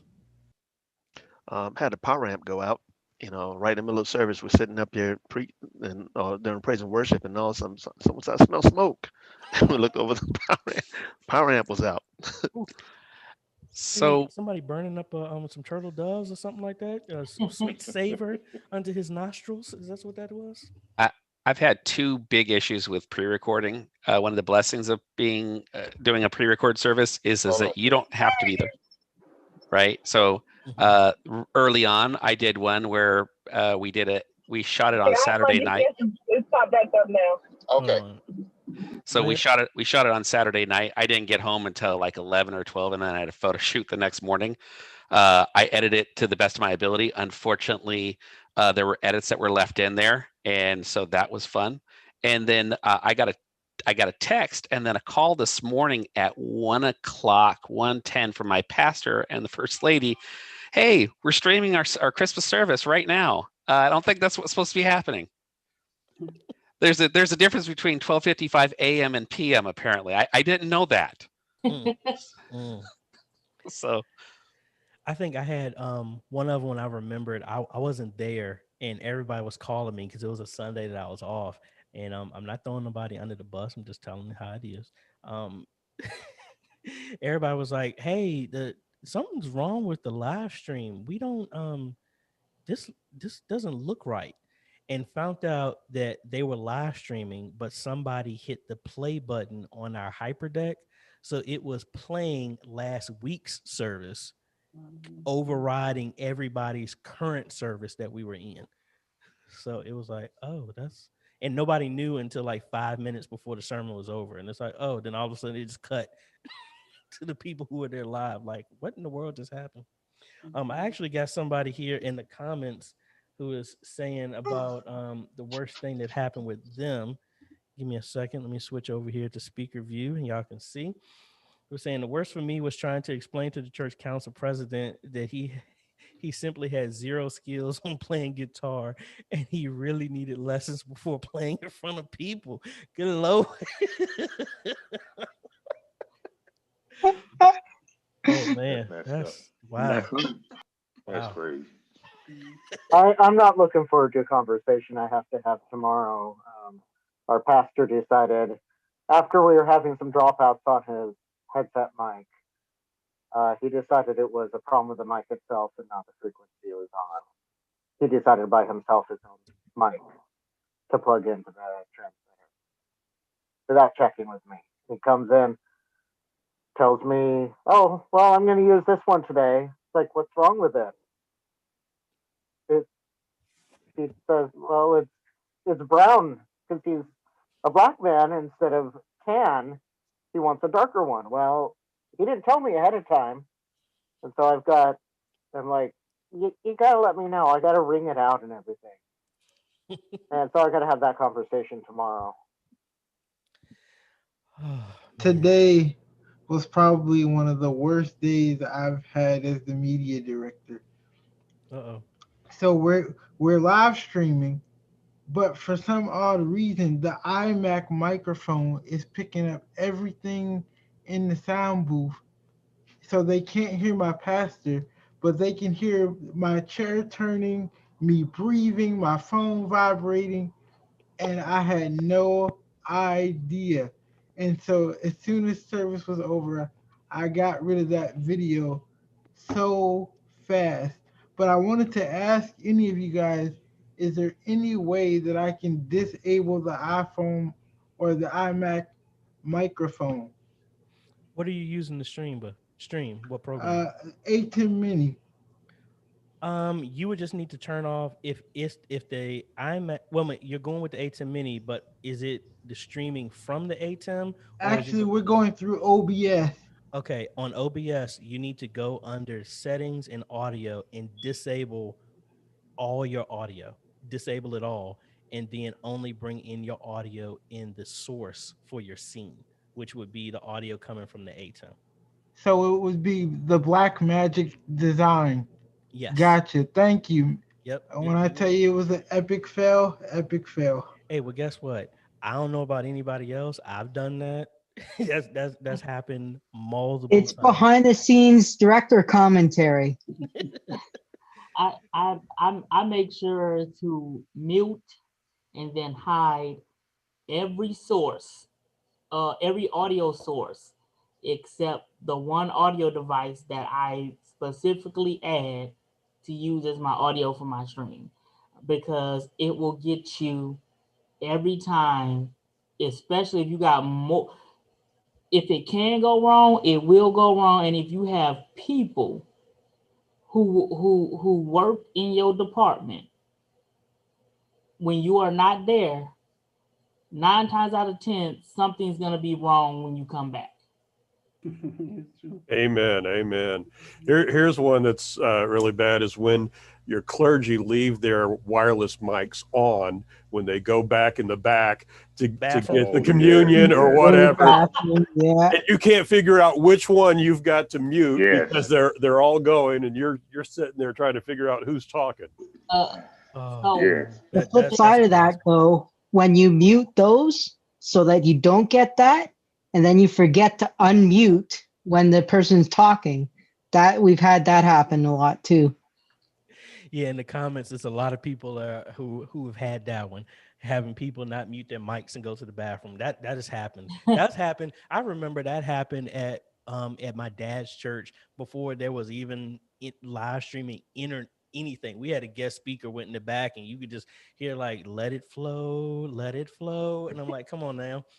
I remember that. I was 13. I was just like, "Oh Lord, this is hilarious."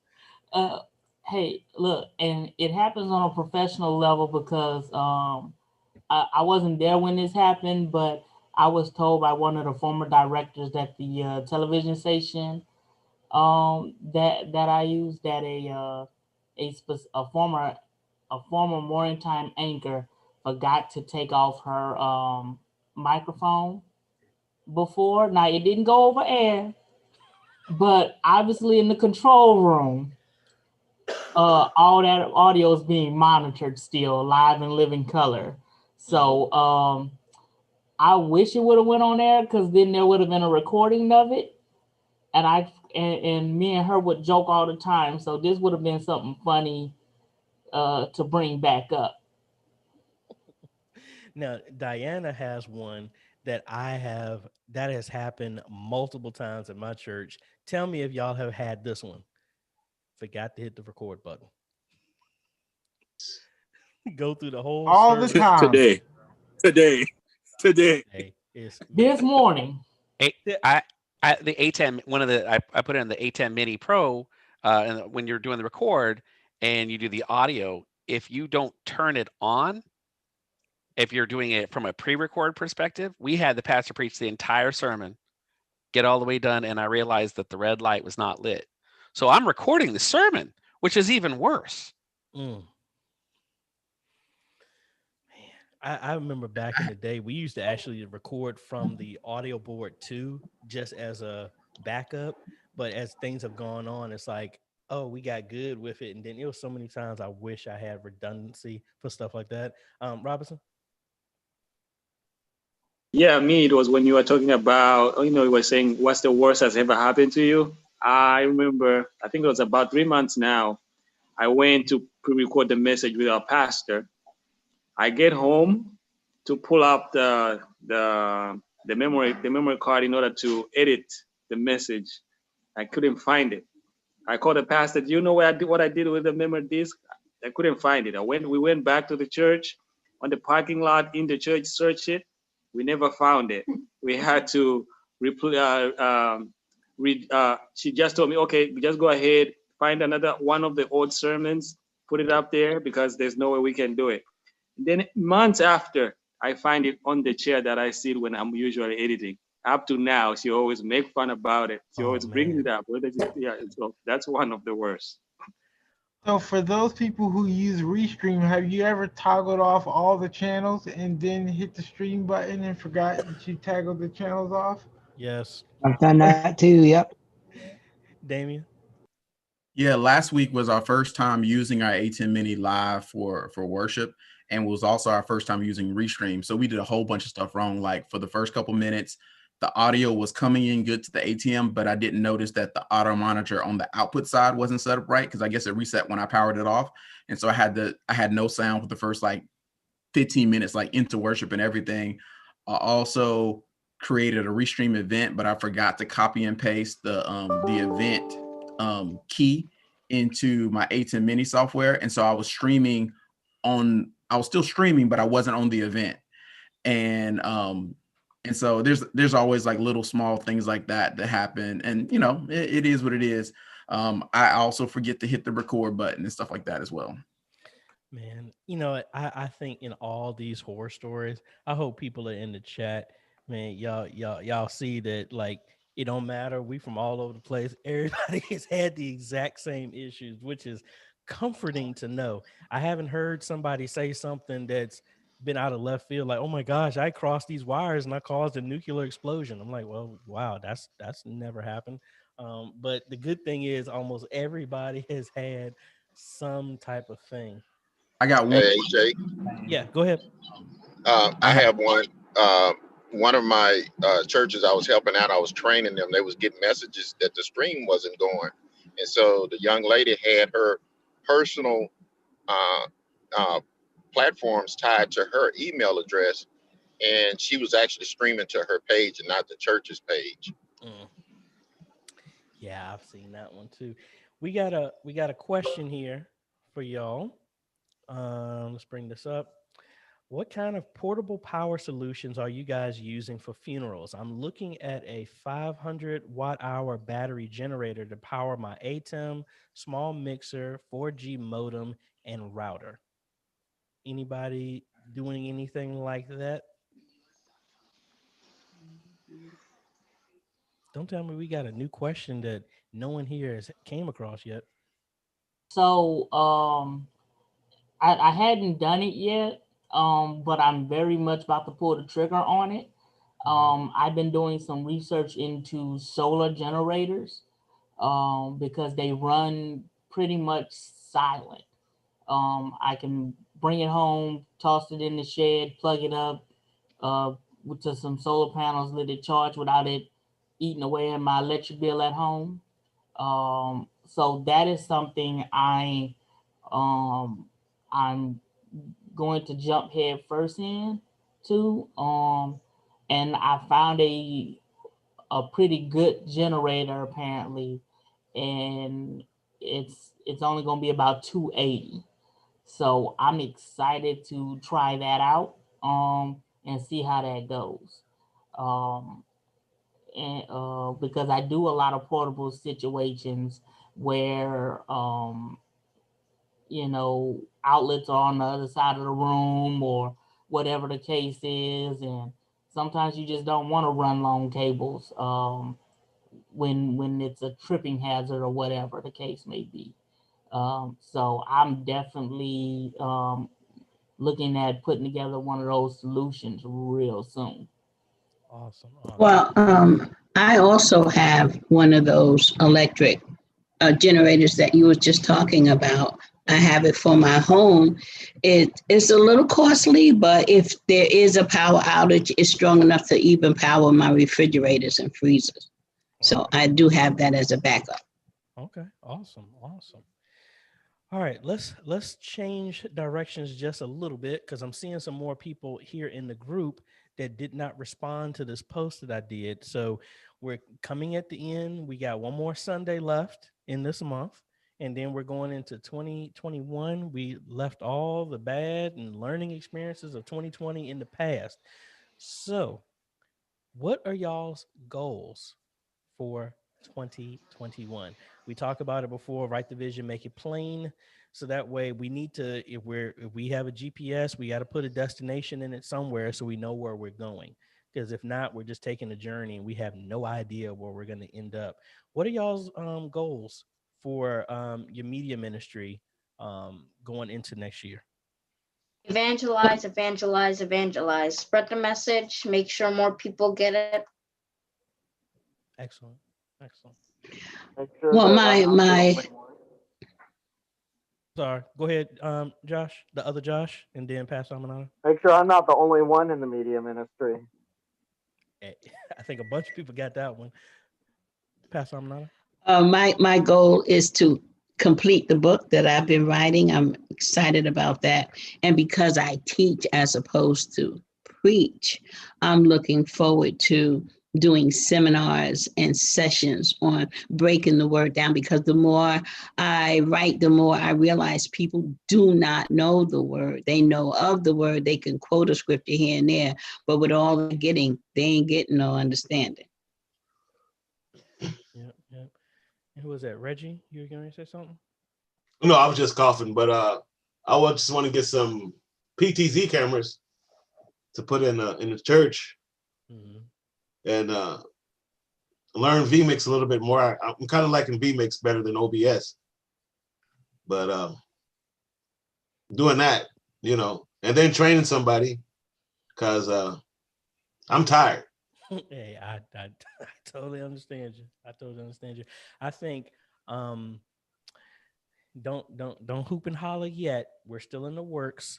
For me, goals are to have our first For Me media ministry conference, whether that's physically in person or an online. I'm going to be tagging a couple of people in this group, and maybe it's the other ones to be additional speakers. I'm working on that.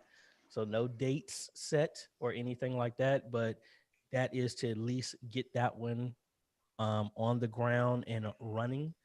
Going from there. Also, from a standpoint for me, my goal this year was to help 1,000 churches who've never live streamed. We destroyed that goal. We are actually over 100,000 now, which I am giving all praise, honor to God about that. I thought 1,000 was a stretch. To even see 100,000, I'm beyond excited about that. It's just that it's that many more ministries that are doing that. So my thought is, if my goal this year was 1,000 and we hit 100,000, my goal for next year is 100,000, and with the anticipation of hitting 1 million new ministries sharing God's word online. And then also from my channel, from a YouTube standpoint, for us to hit 100,000 and then start doing some serious things for ministry standpoint. That's another goal that I personally have. Because again, I think, and this is my ministry. This is how I'm able to minister to other people and to grow this one, as well as help other ministries that want to move forward in whatever way, shape, or form. That's goals that I have. Anybody else? To help my replacement build a ministry with more people. Excellent. For me, it's to add people to my team, specifically to train them up, so that way I can relinquish most of my responsibility, so I can help the pastor make some other shifts in regards to the politics of the church and the board and the structuring, so that way we can get out of a responsive environment to an active and an active, like, move forward type of thing, as opposed to we respond to everything, because that's what we've been cultured to do. Like, no. The kingdom takes advance. The kingdom takes charge. It doesn't retreat. Yeah. And I think a lot of people in the comments are kind of sharing the same thing of training other people. Because like I said, it's like, I wish I could do it. I think everybody needs the people who've been running hard since March, man. We all deserve it. Like, I like to say, I need 2 6-month vacations twice a year for the next 20 years. And then Ben saying 3. You need 3 6-month vacations in a year. I didn't know it was 18 months. I echo everything Ben said. I just want a solid year off. Hey, I completely agree. Now let me change it. Well, for a second. Hold on 1 second. We got a question here. So if you would go ahead and fire away your question. I'm sorry, I might be pronouncing this wrong. Iglesia Nuvera Vida 850. So I'm waiting for your question, and we will fire that away whenever you send it. But y'all, I'm sorry, y'all go ahead, because the question hasn't come through yet. Well, my goal is is my church to start buying equipment and doing the videos stuff at the church. I put my own money into it because the pastor wanted it. I put over $5,000 my own money with my own equipment, and the church ain't put nothing in. And they seem to feel like it's the church's, but it's my equipment I'm putting all this money into. It's a lot of money I'm spending. I got to argue with my wife and sneak around, see equipment's coming in from Amazon. She like, what is this? I got to argue with her because I said I need it for the church for the cameras and stuff. She said, you ain't leaving it at the church. You know, that's my goal. Yeah, I really hope that people completely,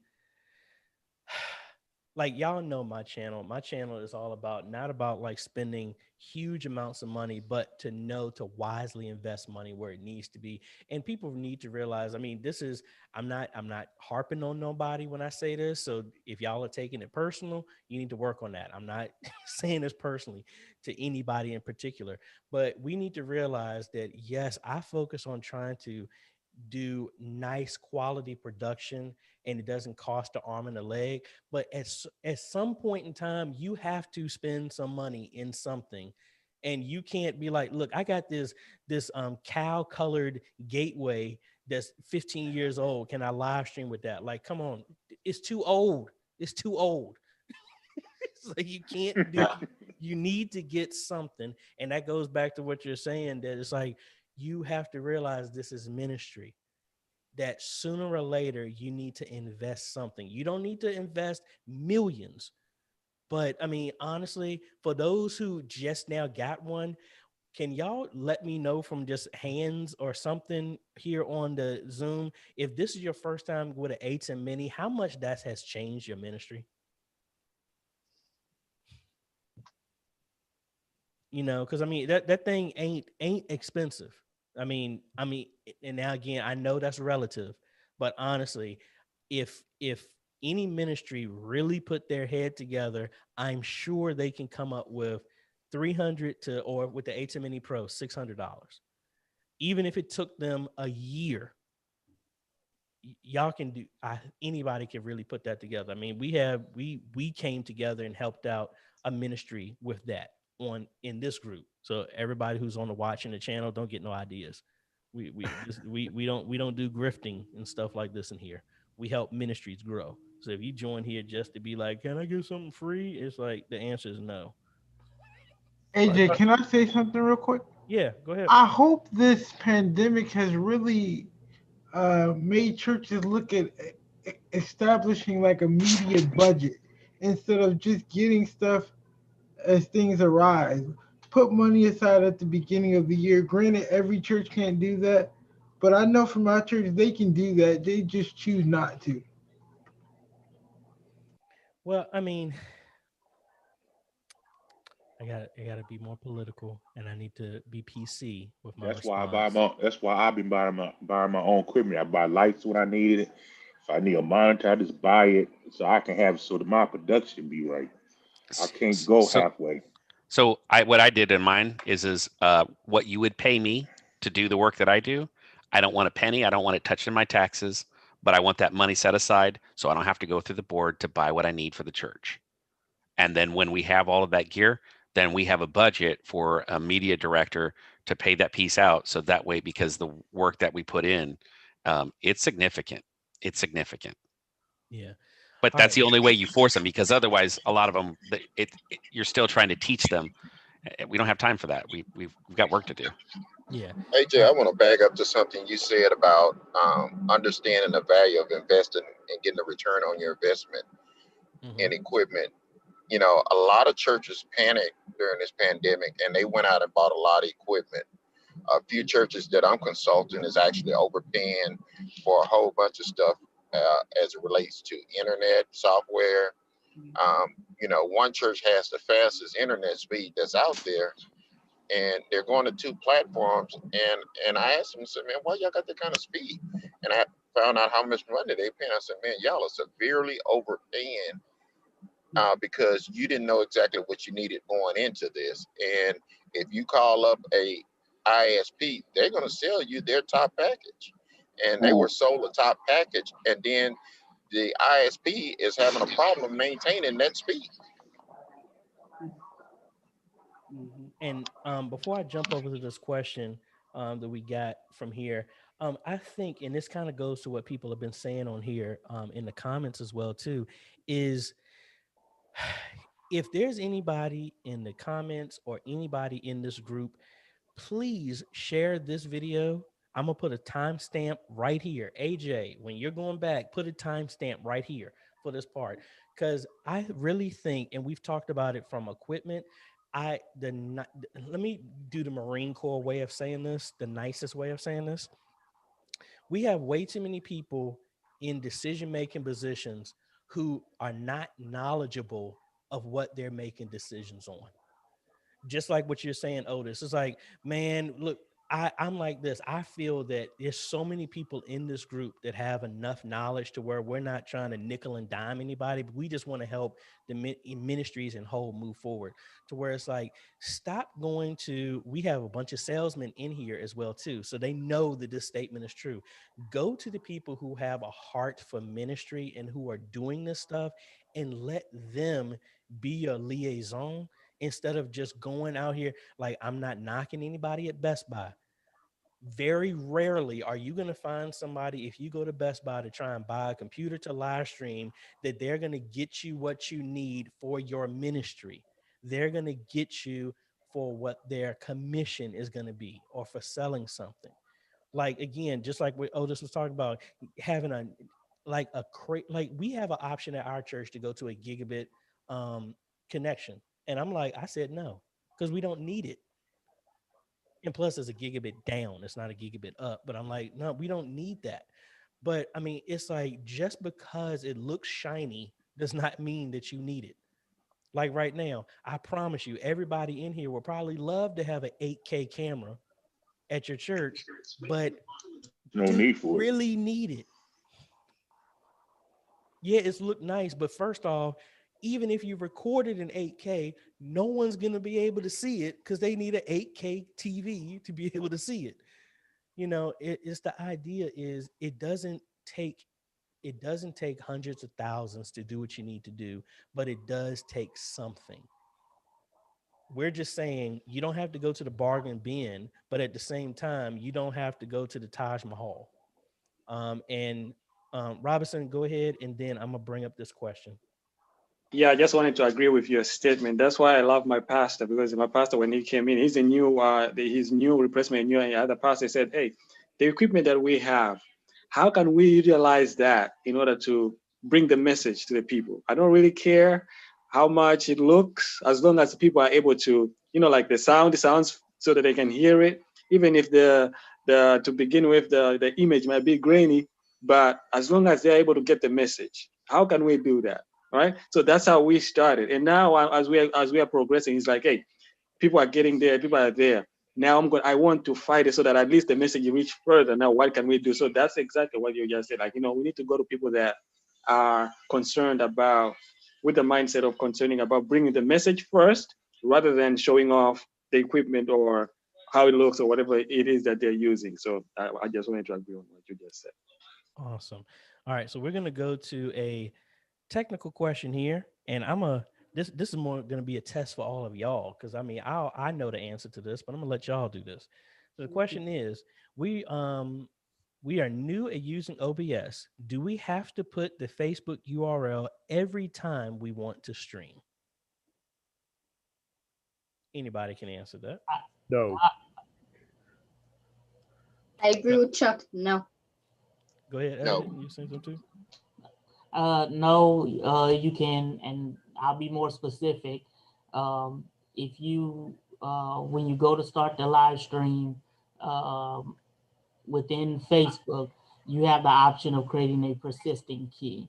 If you tick that little box for a persistent key, your stream key will not change, and you reuse that same key. Without getting too technical. Yeah, and I think, see, and that's the whole thing.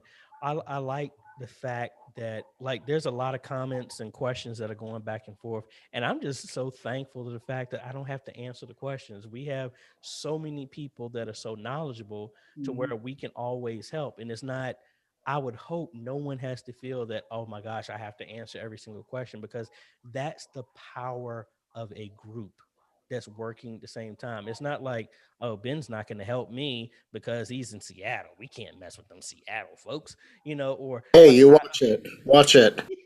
I'm not helping no Cowboy fans. Hey, watch Ain't it. that the truth? Hey, Cowboys And- at least won today. but I mean, I like, this is what I think that this is all about, and this is what being an e-missionary is about. Yes, it's about us leveraging technology to share the message online, but it's also for us to help our fellow other ministries. And I've been working on doing that, and stop saying the church, the different churches is different ministries, because we're all the body of Christ. We are all one church. So again, the big toe does not try to act as a heart. The heart stops acting like a thumb. We're all working together. That's the biggest trick that we fell for, is that we keep segmenting ourselves away from each other, and we can do so much more when we're working together. That's what this group stands for. This is the only time you're going to hear me say this. This is why I run this group with an iron fist. You start doing some nonsense about color, creed, all this other stuff, as well as live streaming inside this group, you're gone. we don't do that. We're all about trying to work together for all of us to move forward. Because if Chuck, Damien, Joshua, Josh, Ben, if we can help you, and I think Damien, you said it as well as Francisco, it's not my role for me to reach everybody on the face of the planet. It is for us to reach everybody on the face of the planet. Hey, AJ, speaking of that, while we've got a bigger forum since we're on YouTube now instead of just the Facebook group, please, folks, do not use your headphone jack to get your audio into your ATEM or into your computer. Please. That's all. That's my pet peeve. Do not use your headphone jack. I've been going back reading that post for days now, Chuck. And I have to apologize, because I know in one of my previous videos, I went and said that when I was stumbling, and then I saw that, I was like, I'm putting a note and an asterisk in all the descriptions. Please do not do that. I mean, it's almost, and please correct me if I'm wrong, if I'm saying this. Now, I agree with you, Chuck. Now, if no one has any other option, if that's all you have, would you still avoid that? I would, because you're not able to monitor your audio. I mean, I'd get a splitter and do one of my other auxes out, or I'd get a split off my main, but I would not use my headphone jacks, because that's the only way that you're able to monitor that audio, because you're going to hear things through your headphones that you will not hear with your ears. Awesome. Thank you for that. Let me see what else we got here. I just want to know who would do such a thing. When I was hey, like I said, it's like, man, we all are learning something. When I saw that, I was like, oh, maybe I shouldn't do that. Yeah, me too. Yeah, I mean, I think that's the best thing about this, is that, you know, we're all trying to move forward and figure this stuff out. Now, to a question that's in the comments, it says, does SDI to HDMI give you a better signal? I wouldn't say it gives you a better signal. It's just a conversion. SDI is kind of rock solid. It can run longer runs than HDMI, but it's not like it would boost the quality. It's almost kind of like a trash in, trash out type of thing. Mm-hmm. So if you send in good, you'll get that out. If you don't, it's probably because either the converter is bad or the connection is bad or something like that. Let's see. And see, this is normally where I'm at, like when I'm doing the Q&A with AJ. There are no questions, so now I'm doing a song and a dance, trying to figure out what to do next on here. But yeah, I mean, I'm like I said, I'm just excited about where just the body of Christ is moving. Because I mean, again, I remember writing it in in my book, and then just not from the book. I'm old enough to remember that I was about Josh's age when I was playing in my dad's church, to where they're like, you can't bring a keyboard in here because, man, the devil comes through electricity. That's why you can't have that. You have to just have an acoustic piano. I was old enough to remember that. Or when they said, oh, the TV, that's the one-eyed devil. That's why we don't need to be on TV and all this other stuff. I just like the fact that technology is just like the internet. You go to the internet with a negative mindset, you will find everything to justify your negative mindset. You go to the internet with a positive mindset, you'll find everything to justify your positive mindset. It doesn't care. The internet does not have, it's not evil or good. It's neutral. It's the person that adds to it. Technology is good and bad. Like, hey, a Tesla is great and it's safe and all this other stuff. But also a Tesla is dangerous if you get an idiot behind it trying to put foot down full throttle, and now you're going at lightning speed going into a brick wall. It all depends on the person who's driving it, who's behind it. This technology is great. We've already talked about, we've been able to engage with people who are in sick and shut-ins, who haven't been able to do anything, whether that's just going to a conference line, all the way up to people being able to interact with other people who haven't been able to get outside the house or anything. I think I'm just so thankful that a good majority, and we still got so many more that can do more than this, that they're embracing the technology as not a replacement for ministry, but a tool for ministry. Help me. So AJ, I was talking to someone in the group, and they've got an A10 Mini. So they were looking at doing the regular stream, where I'm walking them through as far as getting them better internet. By the way, Robinson, I sent you a message on, I think, Facebook, because I have access to who's got fiber and all that stuff anywhere in the US. So if anybody needs help, again, I'll point you to the ISP that you might not know. But back to this person, they were running into issues with trying to stream audio out to someone's feeding back pretty bad. Hold on, I'm gonna mute everybody. All right, cool. Thanks. So they were running. They're trying to do basically a dial-in for nursing home, right? So we walk them through. I walk them through, like, hey, Roku channel, like NVIDIA Shield, that type of stuff from a streaming device. They don't have smart device that's applicable to them. So then the options are a dial-in. But many of the dial-ins are generally a long distance piece. Then, you may be in like a fixed income type of scenario. So I was just looking for an alternative path for a local dial-in, because the person is actually using their cell phone presently to actually be their internet while their internet is getting brought in. So that's kind of yeah. I don't know if they still have it. Do y'all ever remember those Magic Jacks that they used to sell at Walmart? Yeah. Okay. If they still have something like that, that's an option. But to be quite honest, it all depends on their budget. Me personally, especially for kids, I would recommend, again, it's their budget. I would recommend getting a $20 a month to $40 a month Google Fi phone. Yep. Right. No, I'm saying for them to dial in for basically for them to support multiple call-ins. So basically they have shut-ins. Oh, okay. Yeah, because you can get a Google Voice and you can actually get like an ATA adapter. That's the adapter that, for those who don't know, that allows you to tie in a traditional phone line. So the person OB being the big company. Yeah. OB High. Yeah. OB I got one of those right back. Yeah, and I've got a Sapporo pre-Cisco over here, but so basically someone who's a shut-in can dial into a local number to basically get the audio live service. That's what they're looking to do.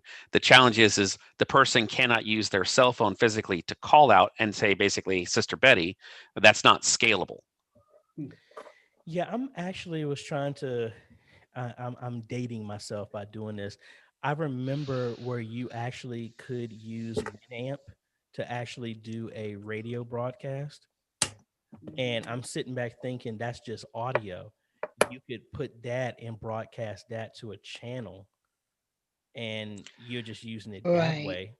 So broadcast as like to YouTube, because again, you Well, could no, do it wouldn't even be YouTube. It would be just like just an online radio station.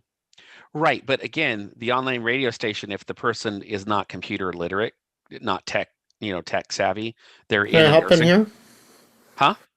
Can I hop in here? Yeah. Something we tried early on was to get a dial-up option for people, and we came across Zeno Media, Zeno, and they have free, basically online radio stations that you'll get your own dedicated phone number for. It may not be in the area, and you stream to them using Icecast or whatever. And then anyone can dial up and listen to live service, or if you upload past services, they can listen to that.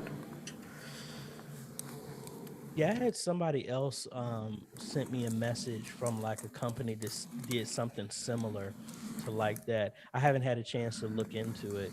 But yeah, I think that's one of the other things now that makes me sit back and think about that, because I haven't really even been using our conference call as much as we really should. But hold on, Antonio, go ahead.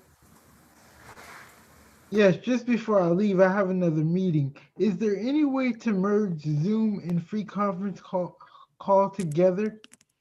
Yes, you can. The way I did it is I used that VB audio cable, which allowed me to connect multiple devices to it. So one of it would go to Zoom, the other one I would have go to free conference call. You download the app from free conference call and just say that that's your input, and then they will hear the same thing. Okay, thank you very much, and I enjoyed the conversation. You all have a great day. Yep, you too. Real quick, AJ. Yeah. Just for Ben. I didn't get the message you sent me. Can you please resend it? Thank you. Yeah. Yeah.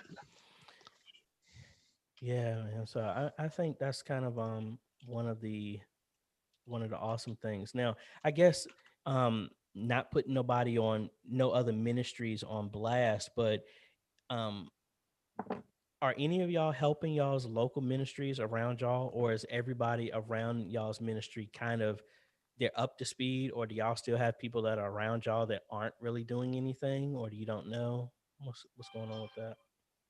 From a technology standpoint, most of our churches are doing well.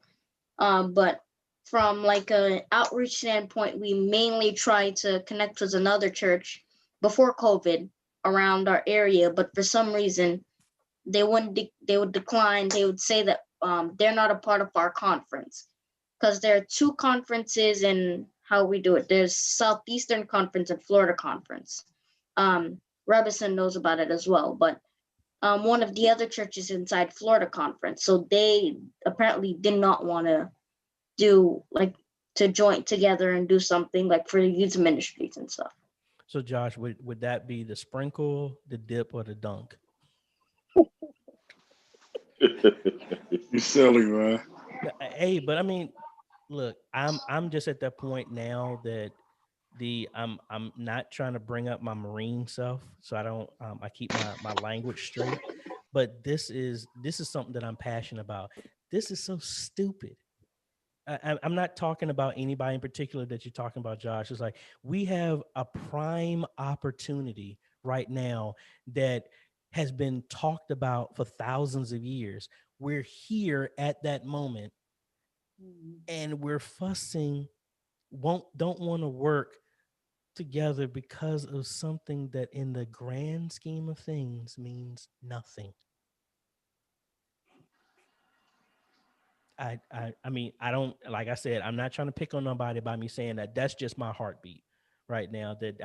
That's why I'm willing to help anybody with this, because I think getting everybody to move forward is more important than the fact that you want to have service on Saturday. I have it on Sunday.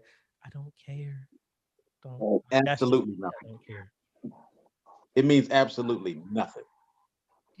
You're absolutely right.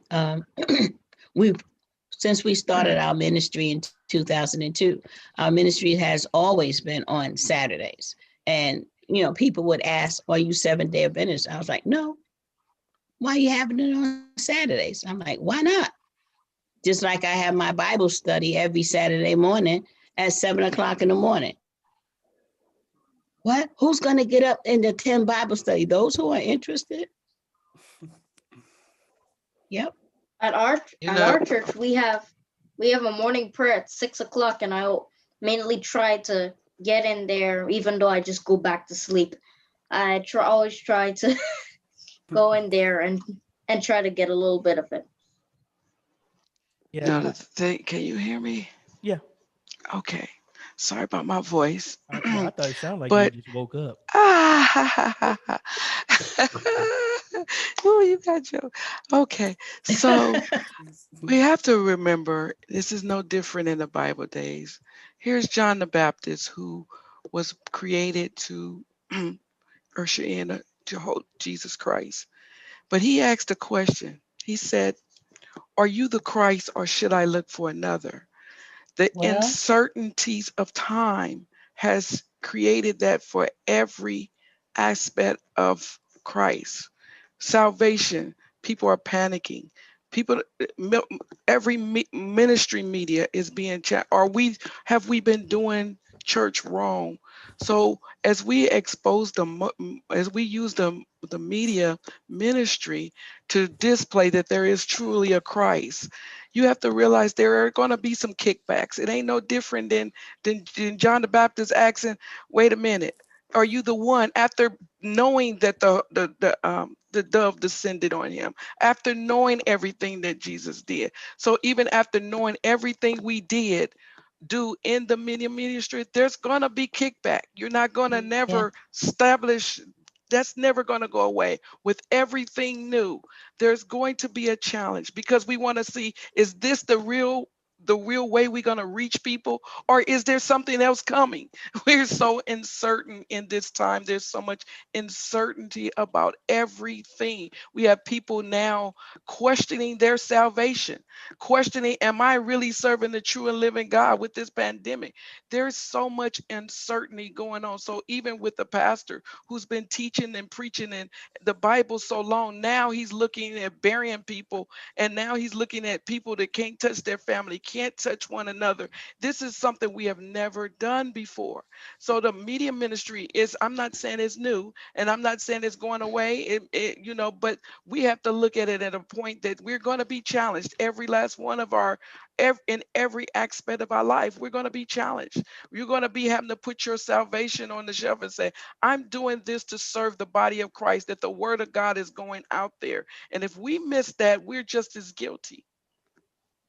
And if I can piggyback on you, my sister, you are so right. One of the things that has happened a lot lately to me, I'm getting a lot of calls from my peers in the ministry. These are pastors and evangelists and all kinds of titles. And I find that I have to minister to them because they're getting burnt out.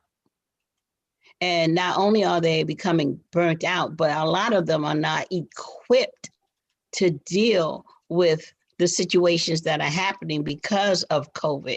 They're not equipped on how to deal with their congregations who cannot be with their families as they passed away. And so, I mean, I had to talk at least 3 different pastors off the ledge. They were just, so you are absolutely right. We have to, I believe, we have to become uncomfortable. We have to get away from looking to be comfortable where we are. We have to know that our new normal is being uncomfortable.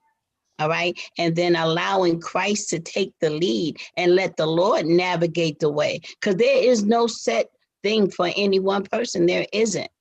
Every day is a new day. But every day, when the Bible teaches us, Jesus said, when you pray in this like manner, our Father who art in heaven, hallowed be thy name, thy kingdom come, thy will be done on earth as it is in heaven.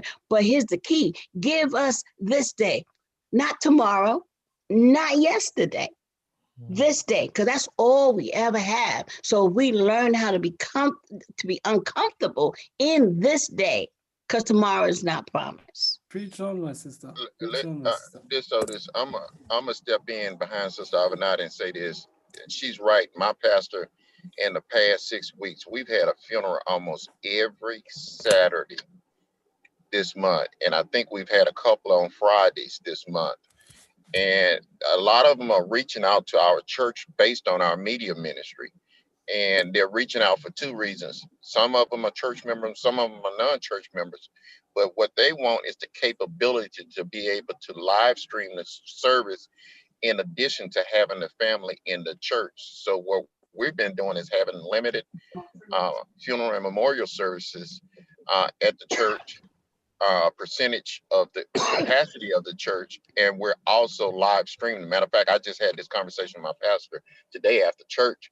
I said, Pastor, we may just have to create a page, and I want to get everybody else's opinion on this.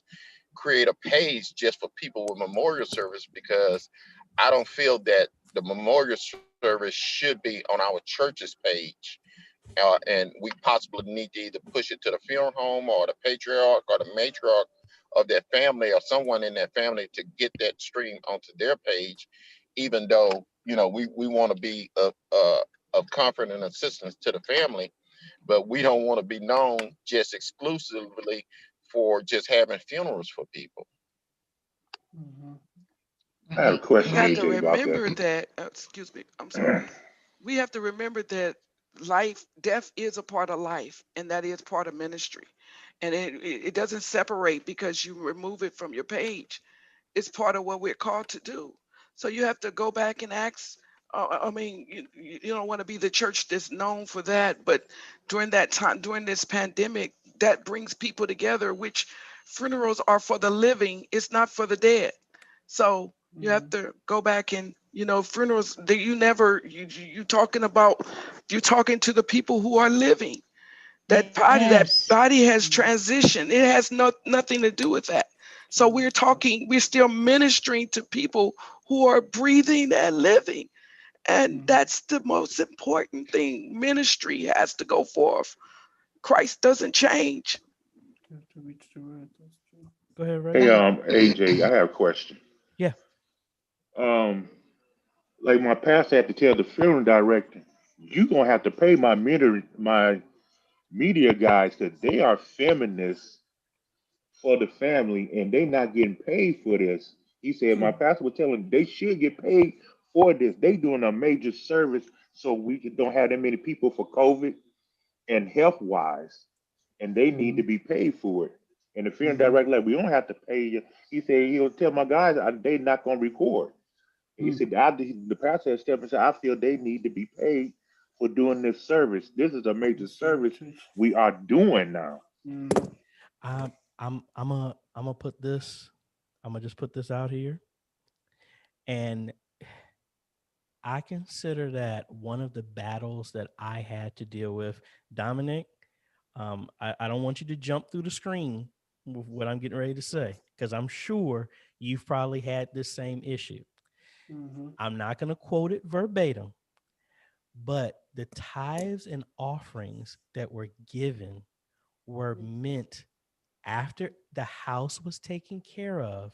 The rest was taken care of to fund and pay the workers of the ministry. Yes. And as much as people don't want to think this, it's getting to the point your media ministry is starting to become one of those essential people of the media ministry. Yes. Now, I'm not saying you need to start cutting out a salary for them. That's not what I'm saying. But I need y'all. I really think it needs to be one of those things that that ministries need to start thinking about that, because we talked about it, Francisco. We talked about it on our last call that, and I'm a coin what you said in that one. People do not know. And I'm gonna do the music one stuff. You don't know how much time it took to study, to learn keys, to do the number system, to be able to play the song. You didn't know the amount of time that it takes to learn how to do live streaming, upstreaming, understanding focal point, understanding this. You can't be so cheapskated to where you're going to lean on people's expertise that you need, knowing that it's expertise, and you're using the cop out of you're doing it for the Lord. Mm-hmm. Well, I'm going to say this, AJ. I'm going to say this about my church. They take care of us for funerals throughout the year, pre-COVID and post-COVID. But and I mean, and sometimes if the family, sometimes they, the family will say, they'll do something for us as well. But we're not looking for something in that moment. But at the same time, yeah, a couple of these funerals, we were running late. They were blowing up our phone, like, where y'all at? because Amen. Yes. because Yes. we had, and we get there pre funeral to do the setup, and then we have a comfort monitor that I kind of engineered in the middle of our sanctuary in the floor, so that the praise team and the pastor, when they're up singing, they can actually see what we're streaming out. So I have to go disassemble that every time there's a funeral and reassemble it for Sunday morning. And but that's not the issue. We there to serve in the ministry, and I just want to get everybody's input. That's the reason I was putting that question out there. Well, go ahead. I'm a finance man in my church, so I have no problems with it. You know what I mean? I take care of the musicians, who's ever getting paid, who's playing, whatever, they're gonna get paid.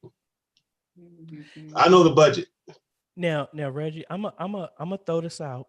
I'm gonna ask you this question. I'm not trying to mess with anybody. So anybody from my home church or anything, this isn't meant to you. This isn't meant an honest question.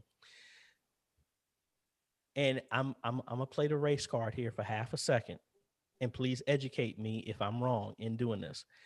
Okay. And no, I'm not even gonna say the race card. Let me just be honest. Do you feel that when it comes to, with everybody that's gone through media ministry has probably asked for money and they said no, does it seem like a lot of times, and we're going past beyond media ministry, but do you feel that sometimes people aren't being trustees and they're more of, I need to be a gatekeeper to the money instead of I need to be a good steward on how we use the money? Well, I feel that I'm probably a good steward on how we use the money, because I know how much money they bring in. Now I do all the books.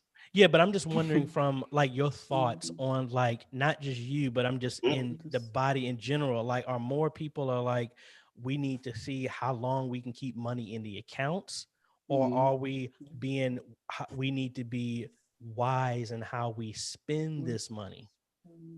It could be probably a little bit of both, because sometimes you're gonna have people go on vacation. You gotta have good tithers. Some people just get like $20 every Sunday.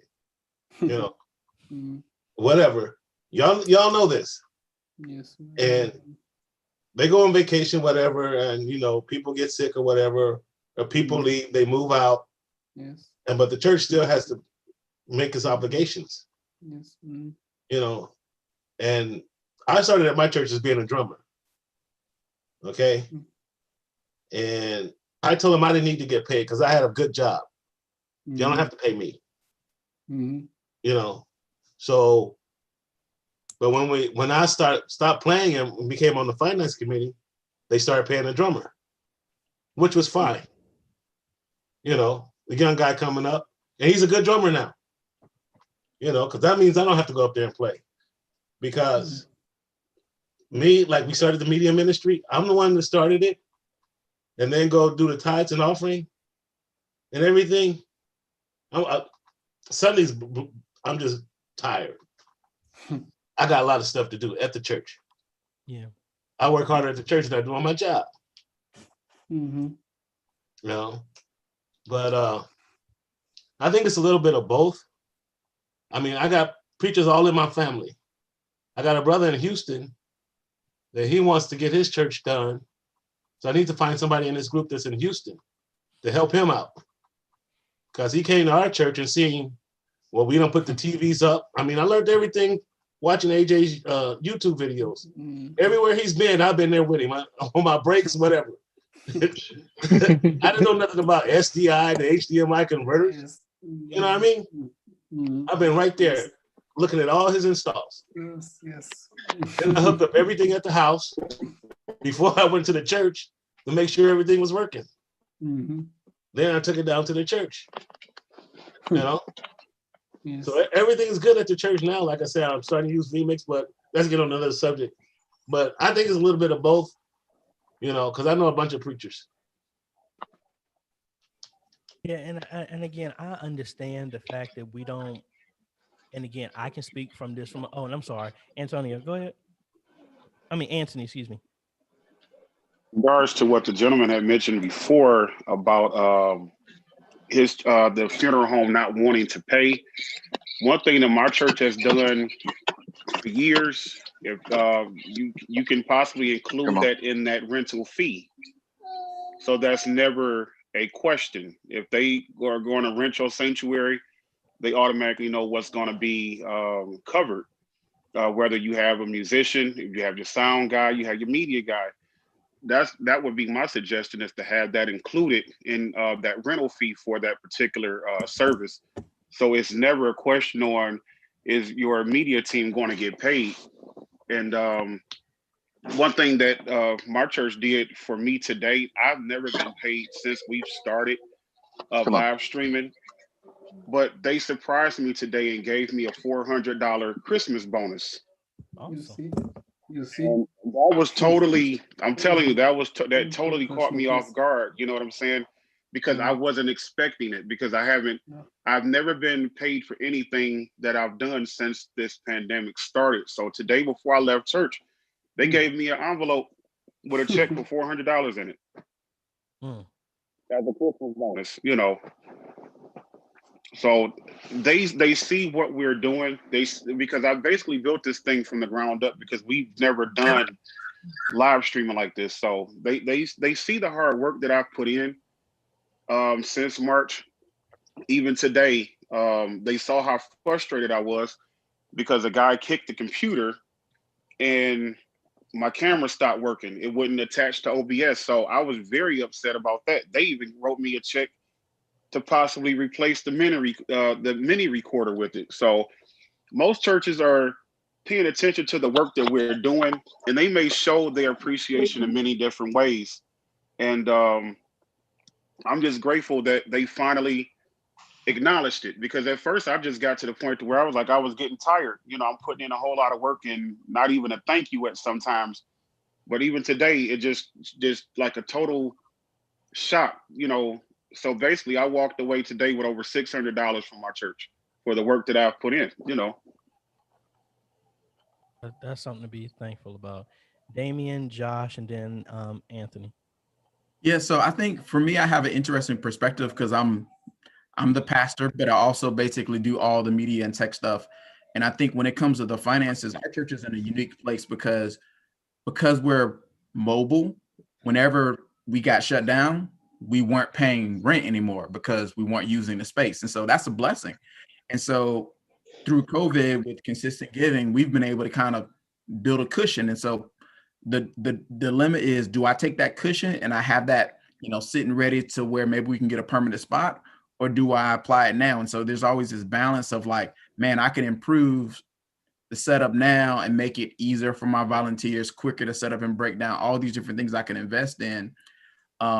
But there's always this dilemma of like, one, you want to be good stewards. You don't want to be like, for example, like I talked about, I finally broke down, got the A10 Mini Pro. And I'm like, man, if I had that before, I maybe don't need this $1,000 vMix computer, because they basically do the same thing, benefits for both. And so, you know, for me, I always kind of like hesitate, because I don't want to be wasting, you know, people's hard-earned money they've given to support ministry.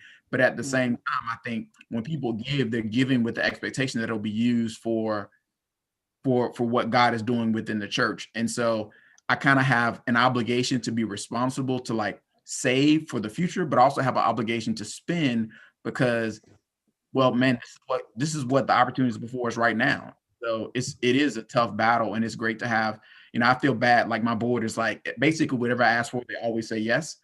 But it also makes me really hesitant to ask, because I don't want to ask. And sometimes they tell me yes, like they told me I can get a new camera, but I didn't do it because I found a way to get around it.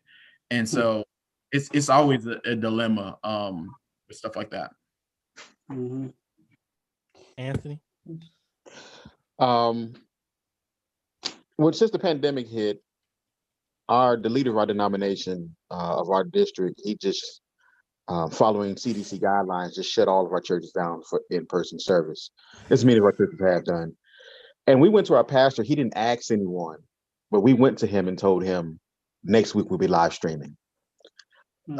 Without knowing anything about live streaming. We started out with 2 cell phones in our hands, without tripod, holding 2 cell phones throughout a service, in a balcony, trying to have social distancing, trying to make sure our church stayed together. From that moment, 8 months ago, we have not missed a single Sunday. And me and the media team consists of me and my wife. So we don't have any special weekends. There's no Valentine's Day week, none of that, no special nothing, no getaway weekend, nothing. And we've tried to get people to come and to train other people. That doesn't really work because nobody really wants to make the commitment to do it. All the equipment now we've upgraded. We've gone from 2 cell phones to you taught us how to, watching AJ, the CEO, we taught us how to build a computer. We built our computers, we bought new cameras, we bought all sorts of equipment out of our own pocket, just like many of you have. Not expecting a dime, because all we want to do is hold this church together and to make sure. Like today, we had an incredible service, and we were sitting here thinking about, if we weren't there, it would have never left 8401 Cedar Avenue, Cleveland, Ohio. Only people would have experienced it were the 6 or 7 people in the building, and that would have been it. But a powerful word went out, and that was all the gratification that they paying people who we still paying custodians because they need the job, but they don't have a building to clean because there's no one there. But we're paying them just so that they can continue to take care of their families and do the things that they need to do, despite a pandemic. Have we received it? If not for us, none of this will continue on. Many people will stop giving because once they feel no connection, anybody, like you grew up in a church, AJ, I've pastored several churches throughout the connection.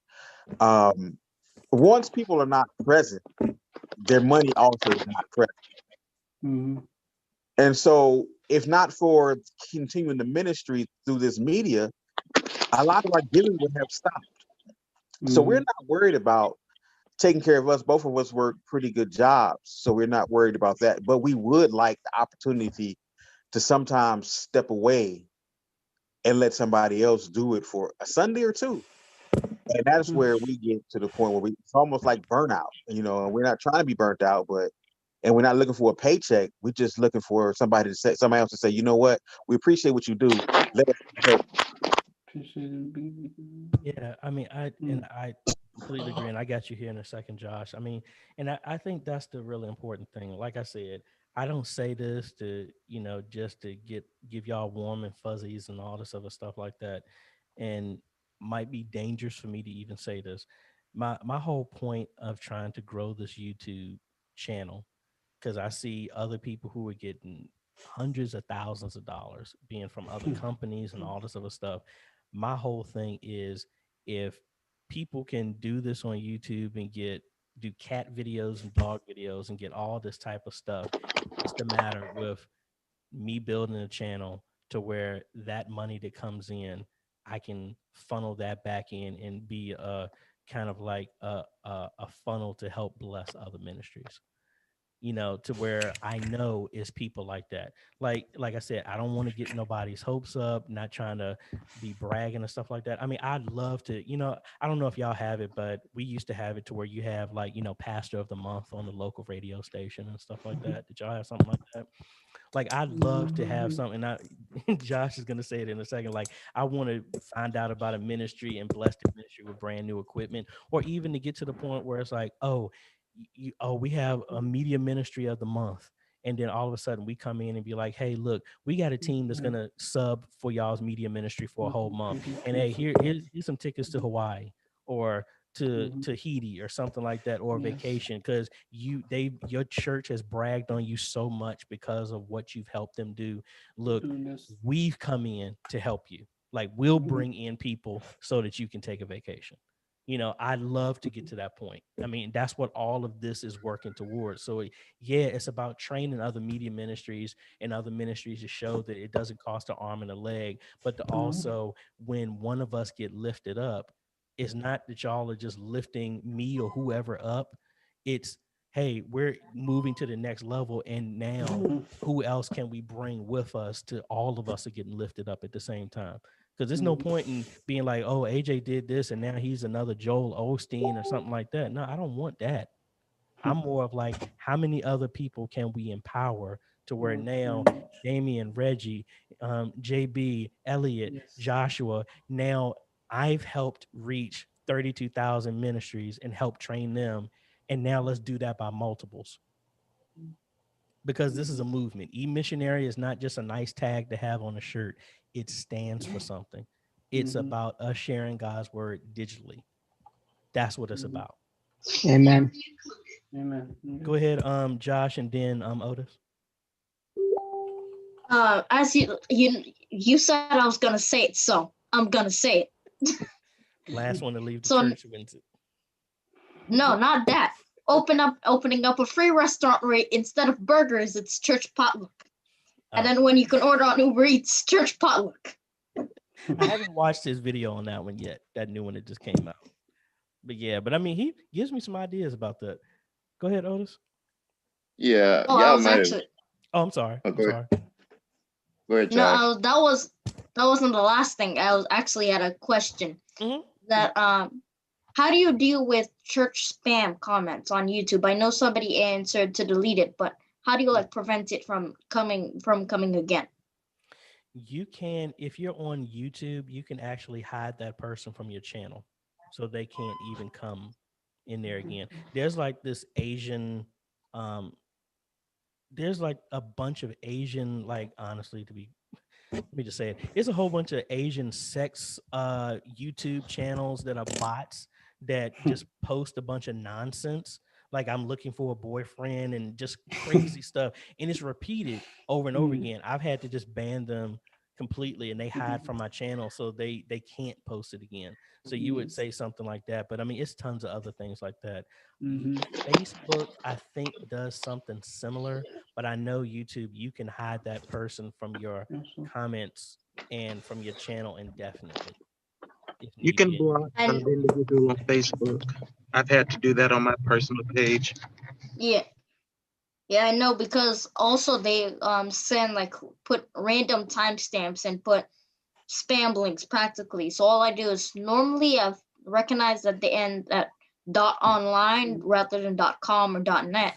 So I just go on YouTube and I put block words. I put .online on block words. Yeah, and that's the same thing I did. I blocked those channels, and then that line format that it's a bot that's just posting it over and over again. It's automated. You just put that in there and put that, just like you said, in your words to block, and then it'll stop them from coming in. But then ultimately, if they get through, I report them as spam, and then I block them from my channel, and then I also hide their comments. So if they had anything, I'm the only one that can see it, but the public can't see it. Okay. Go ahead, Otis. Yeah. Well, I think you mentioned him earlier. There was a media ministry personnel that has a very small church in Houston right now. I'm joking. You know, Joel Osteen started out in media ministry in his dad's church. And that's one of the largest churches that we have in Houston right now. Matter of fact, it took over one of our sports arena, which used to be the Compact Center where our professional basketball team used to play. But he grew out of media ministry and doing media ministry for his dad. And so, you know, people ought to be encouraged on what we're doing here, because you never know what God is going to do with you. Because if you look at him, he's on the international stage right now, and they're putting out a lot of, information around the world. And so you can start out small, but you can end up being grand. And even if you never end up being on that scale, you grand on the scale that you're evangelizing to other people to have that relationship with Christ. Yeah. And I think that's one of those, biggest things, and I'm not so holy minded that I'm not no earthly good. Yeah, having someone tell you, man, thank you for what you're doing. All of us sooner or later need that at some point in time. Yes. I know I it's a fine balancing act for me. Like, yeah, I want that, but at the same time, when I have somebody like, I mean, like the comments, like now are messing me up in here because a lot of people is like saying, "Hey, I started with nothing because I watched your videos and this, and this." And like I said, I was just doing these videos because I wanted to have an archive for my media ministry. It was never really intended for this. So I mean, I'm like I said, this isn't about like, man, look how awesome AJ is. I'm excited about each one of y'all having God something like works in this. wonderful ways, AJ. Yeah.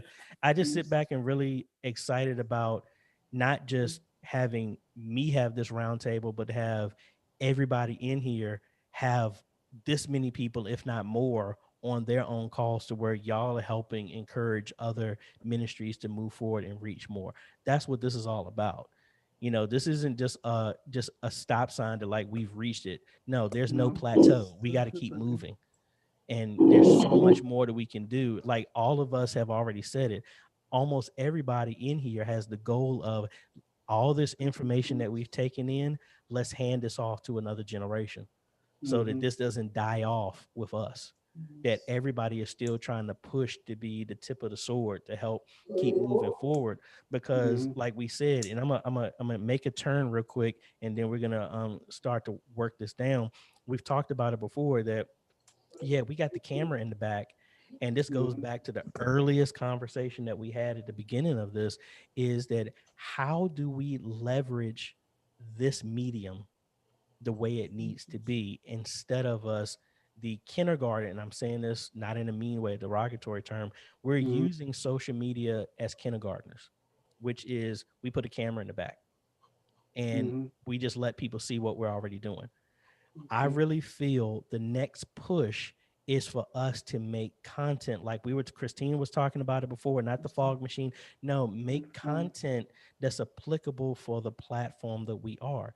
This platform is I'm talking to one camera, but there's 27 people on here and 45 on the stream, but I'm talking technically to one person. The idea is to get to the point to upgrade this to where now our ministries are now having, hey, you can still have the regular service like we normally do, but what's the matter with having diverse content to where it's like, it's just, oh, your pastor sitting at his desk or her desk at a table with a cup of coffee or something like that, and then they're just talking to one-on-one to where they're having that teacher time, but it sounds like it's just talking one-on-one, and it doesn't come off like a lecture.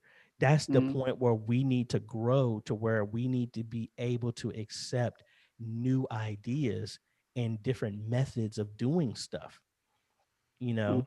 Or like we talked about, like Mike, how you were doing the calendar stuff that y'all were doing, to how about we have enough more people are doing highlight videos of us doing community outreach, to where it's like it's not anybody talking, it's just music, and then it's just showing what we're doing. Because I think honestly, as a whole lot of our ministries talk a whole good game, but we don't see what nobody's doing. Showing people what we do can speak way more volumes than what a lot of people think are cliched statements that we're saying. Like, it's a one thing to say, hey, we love you, we care. How about you show? What's the statement? No one cares how much you know until they know how much you care. Exactly. AJ, can I jump? Sure. It's so funny. Me and my wife was just having this conversation.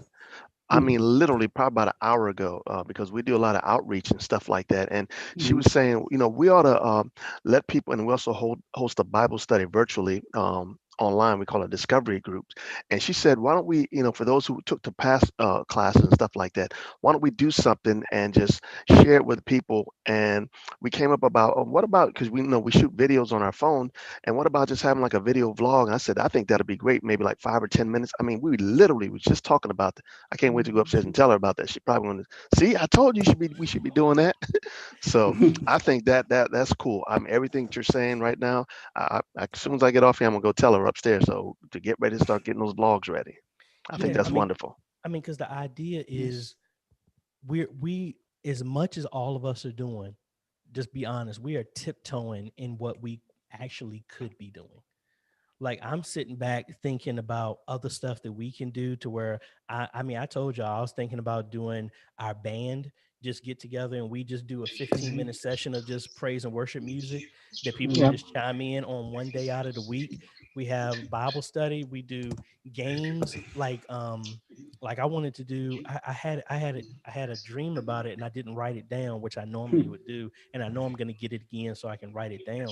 But I mean, just there's so much other stuff that we can do to visit and do other things that it's literally we're limited by our imagination. Because it my scripture that I heard a long time ago, and I took it to a different level, is it says he can do exceedingly and abundantly above anything that you can ask or think. So that means the limitation is on us. How far can I push my imagination? Because he can do exceedingly and abundantly above that.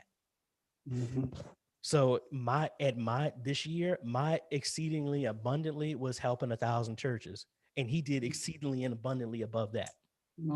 Amen. But the idea is, what can we individually at our ministry and as a whole, what can we push our imagination to do, to where we're bold enough to say, you know what, God, you gave me this idea. So you didn't give this to me to tease me. You gave it to me for a reason. So that must mean that if you gave it to me, that you're going to give me the provision to accomplish it, if not more. But how many people get those ideas and don't step out and try and work on it? I really believe everybody in here has gotten some way to just revolutionize their media ministry way beyond what y'all are doing right now. But either we have thought it was I just ate some bad kimchi last night and I had a bad dream, or I'm hesitant. I don't know how to accomplish it. And I said it before, when we set our destination on what we need to do and our goals, when you get in your car and you use your GPS, you do not put in your GPS, I want to take a left, I want to take a right, I want to go straight, I want to go. No, you set the destination, and your left and right and the path that you have to go is revealed as you go. So I think we really need to reevaluate where we're setting our goal for, because we can do so much more if we open ourselves up, because then he'll do exceedingly abundantly above that. Yes, it's true. All right, folks. So thank y'all so much. I know I said I was going to go to 8, but I'm like, I think we had a lot of people got a lot out of this. We still have like 42 people on the stream on YouTube. And I just want to say, for all of those who are watching right now, I'm thinking about doing this once a month, because I want this to stay special. So the Zoom stuff on Facebook, we're still going to do that every other week, but we might do this to where we stream it to YouTube or something like that, or maybe switch it up and go to Facebook or something like that, maybe like every other month, something like that. Because I really hope whoever's on YouTube right now, when we talk, not just me, everybody in the chat's talking about these roundtables are awesome. This is what we're talking about. And y'all really need to be a part of this. We have this every other week.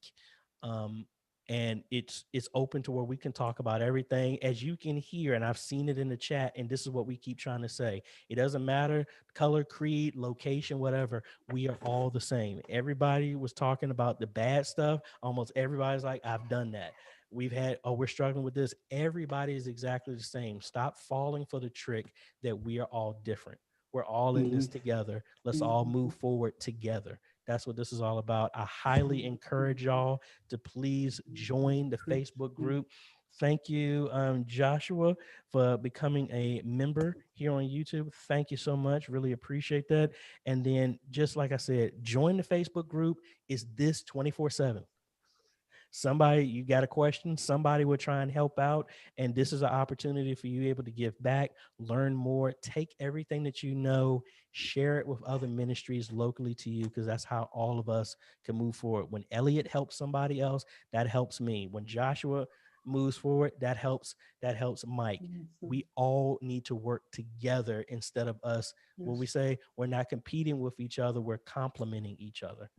Yes, amen. So thank y'all so much for joining. Really appreciate it. And like I've said before, if no one has ever told you, I appreciate you for what you're doing for your local ministry, your town, your state, and the world at large, because this is a movement that is not going anywhere anytime soon.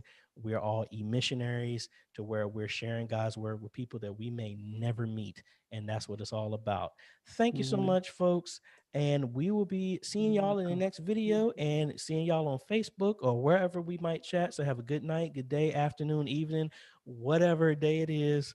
Y'all have a blessed night. Love Well, y'all. since we're don't hang up yet. Oh, Don't yes, hang ma'am. up yet. Yes, I ma'am. just want to say happy holidays to everyone. Whether that be the end of Hanukkah or for those who celebrate Christmas, I do not.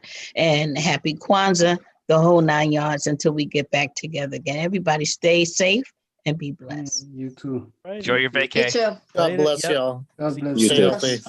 Thank you. Stay safe. Good night, everyone. Amen.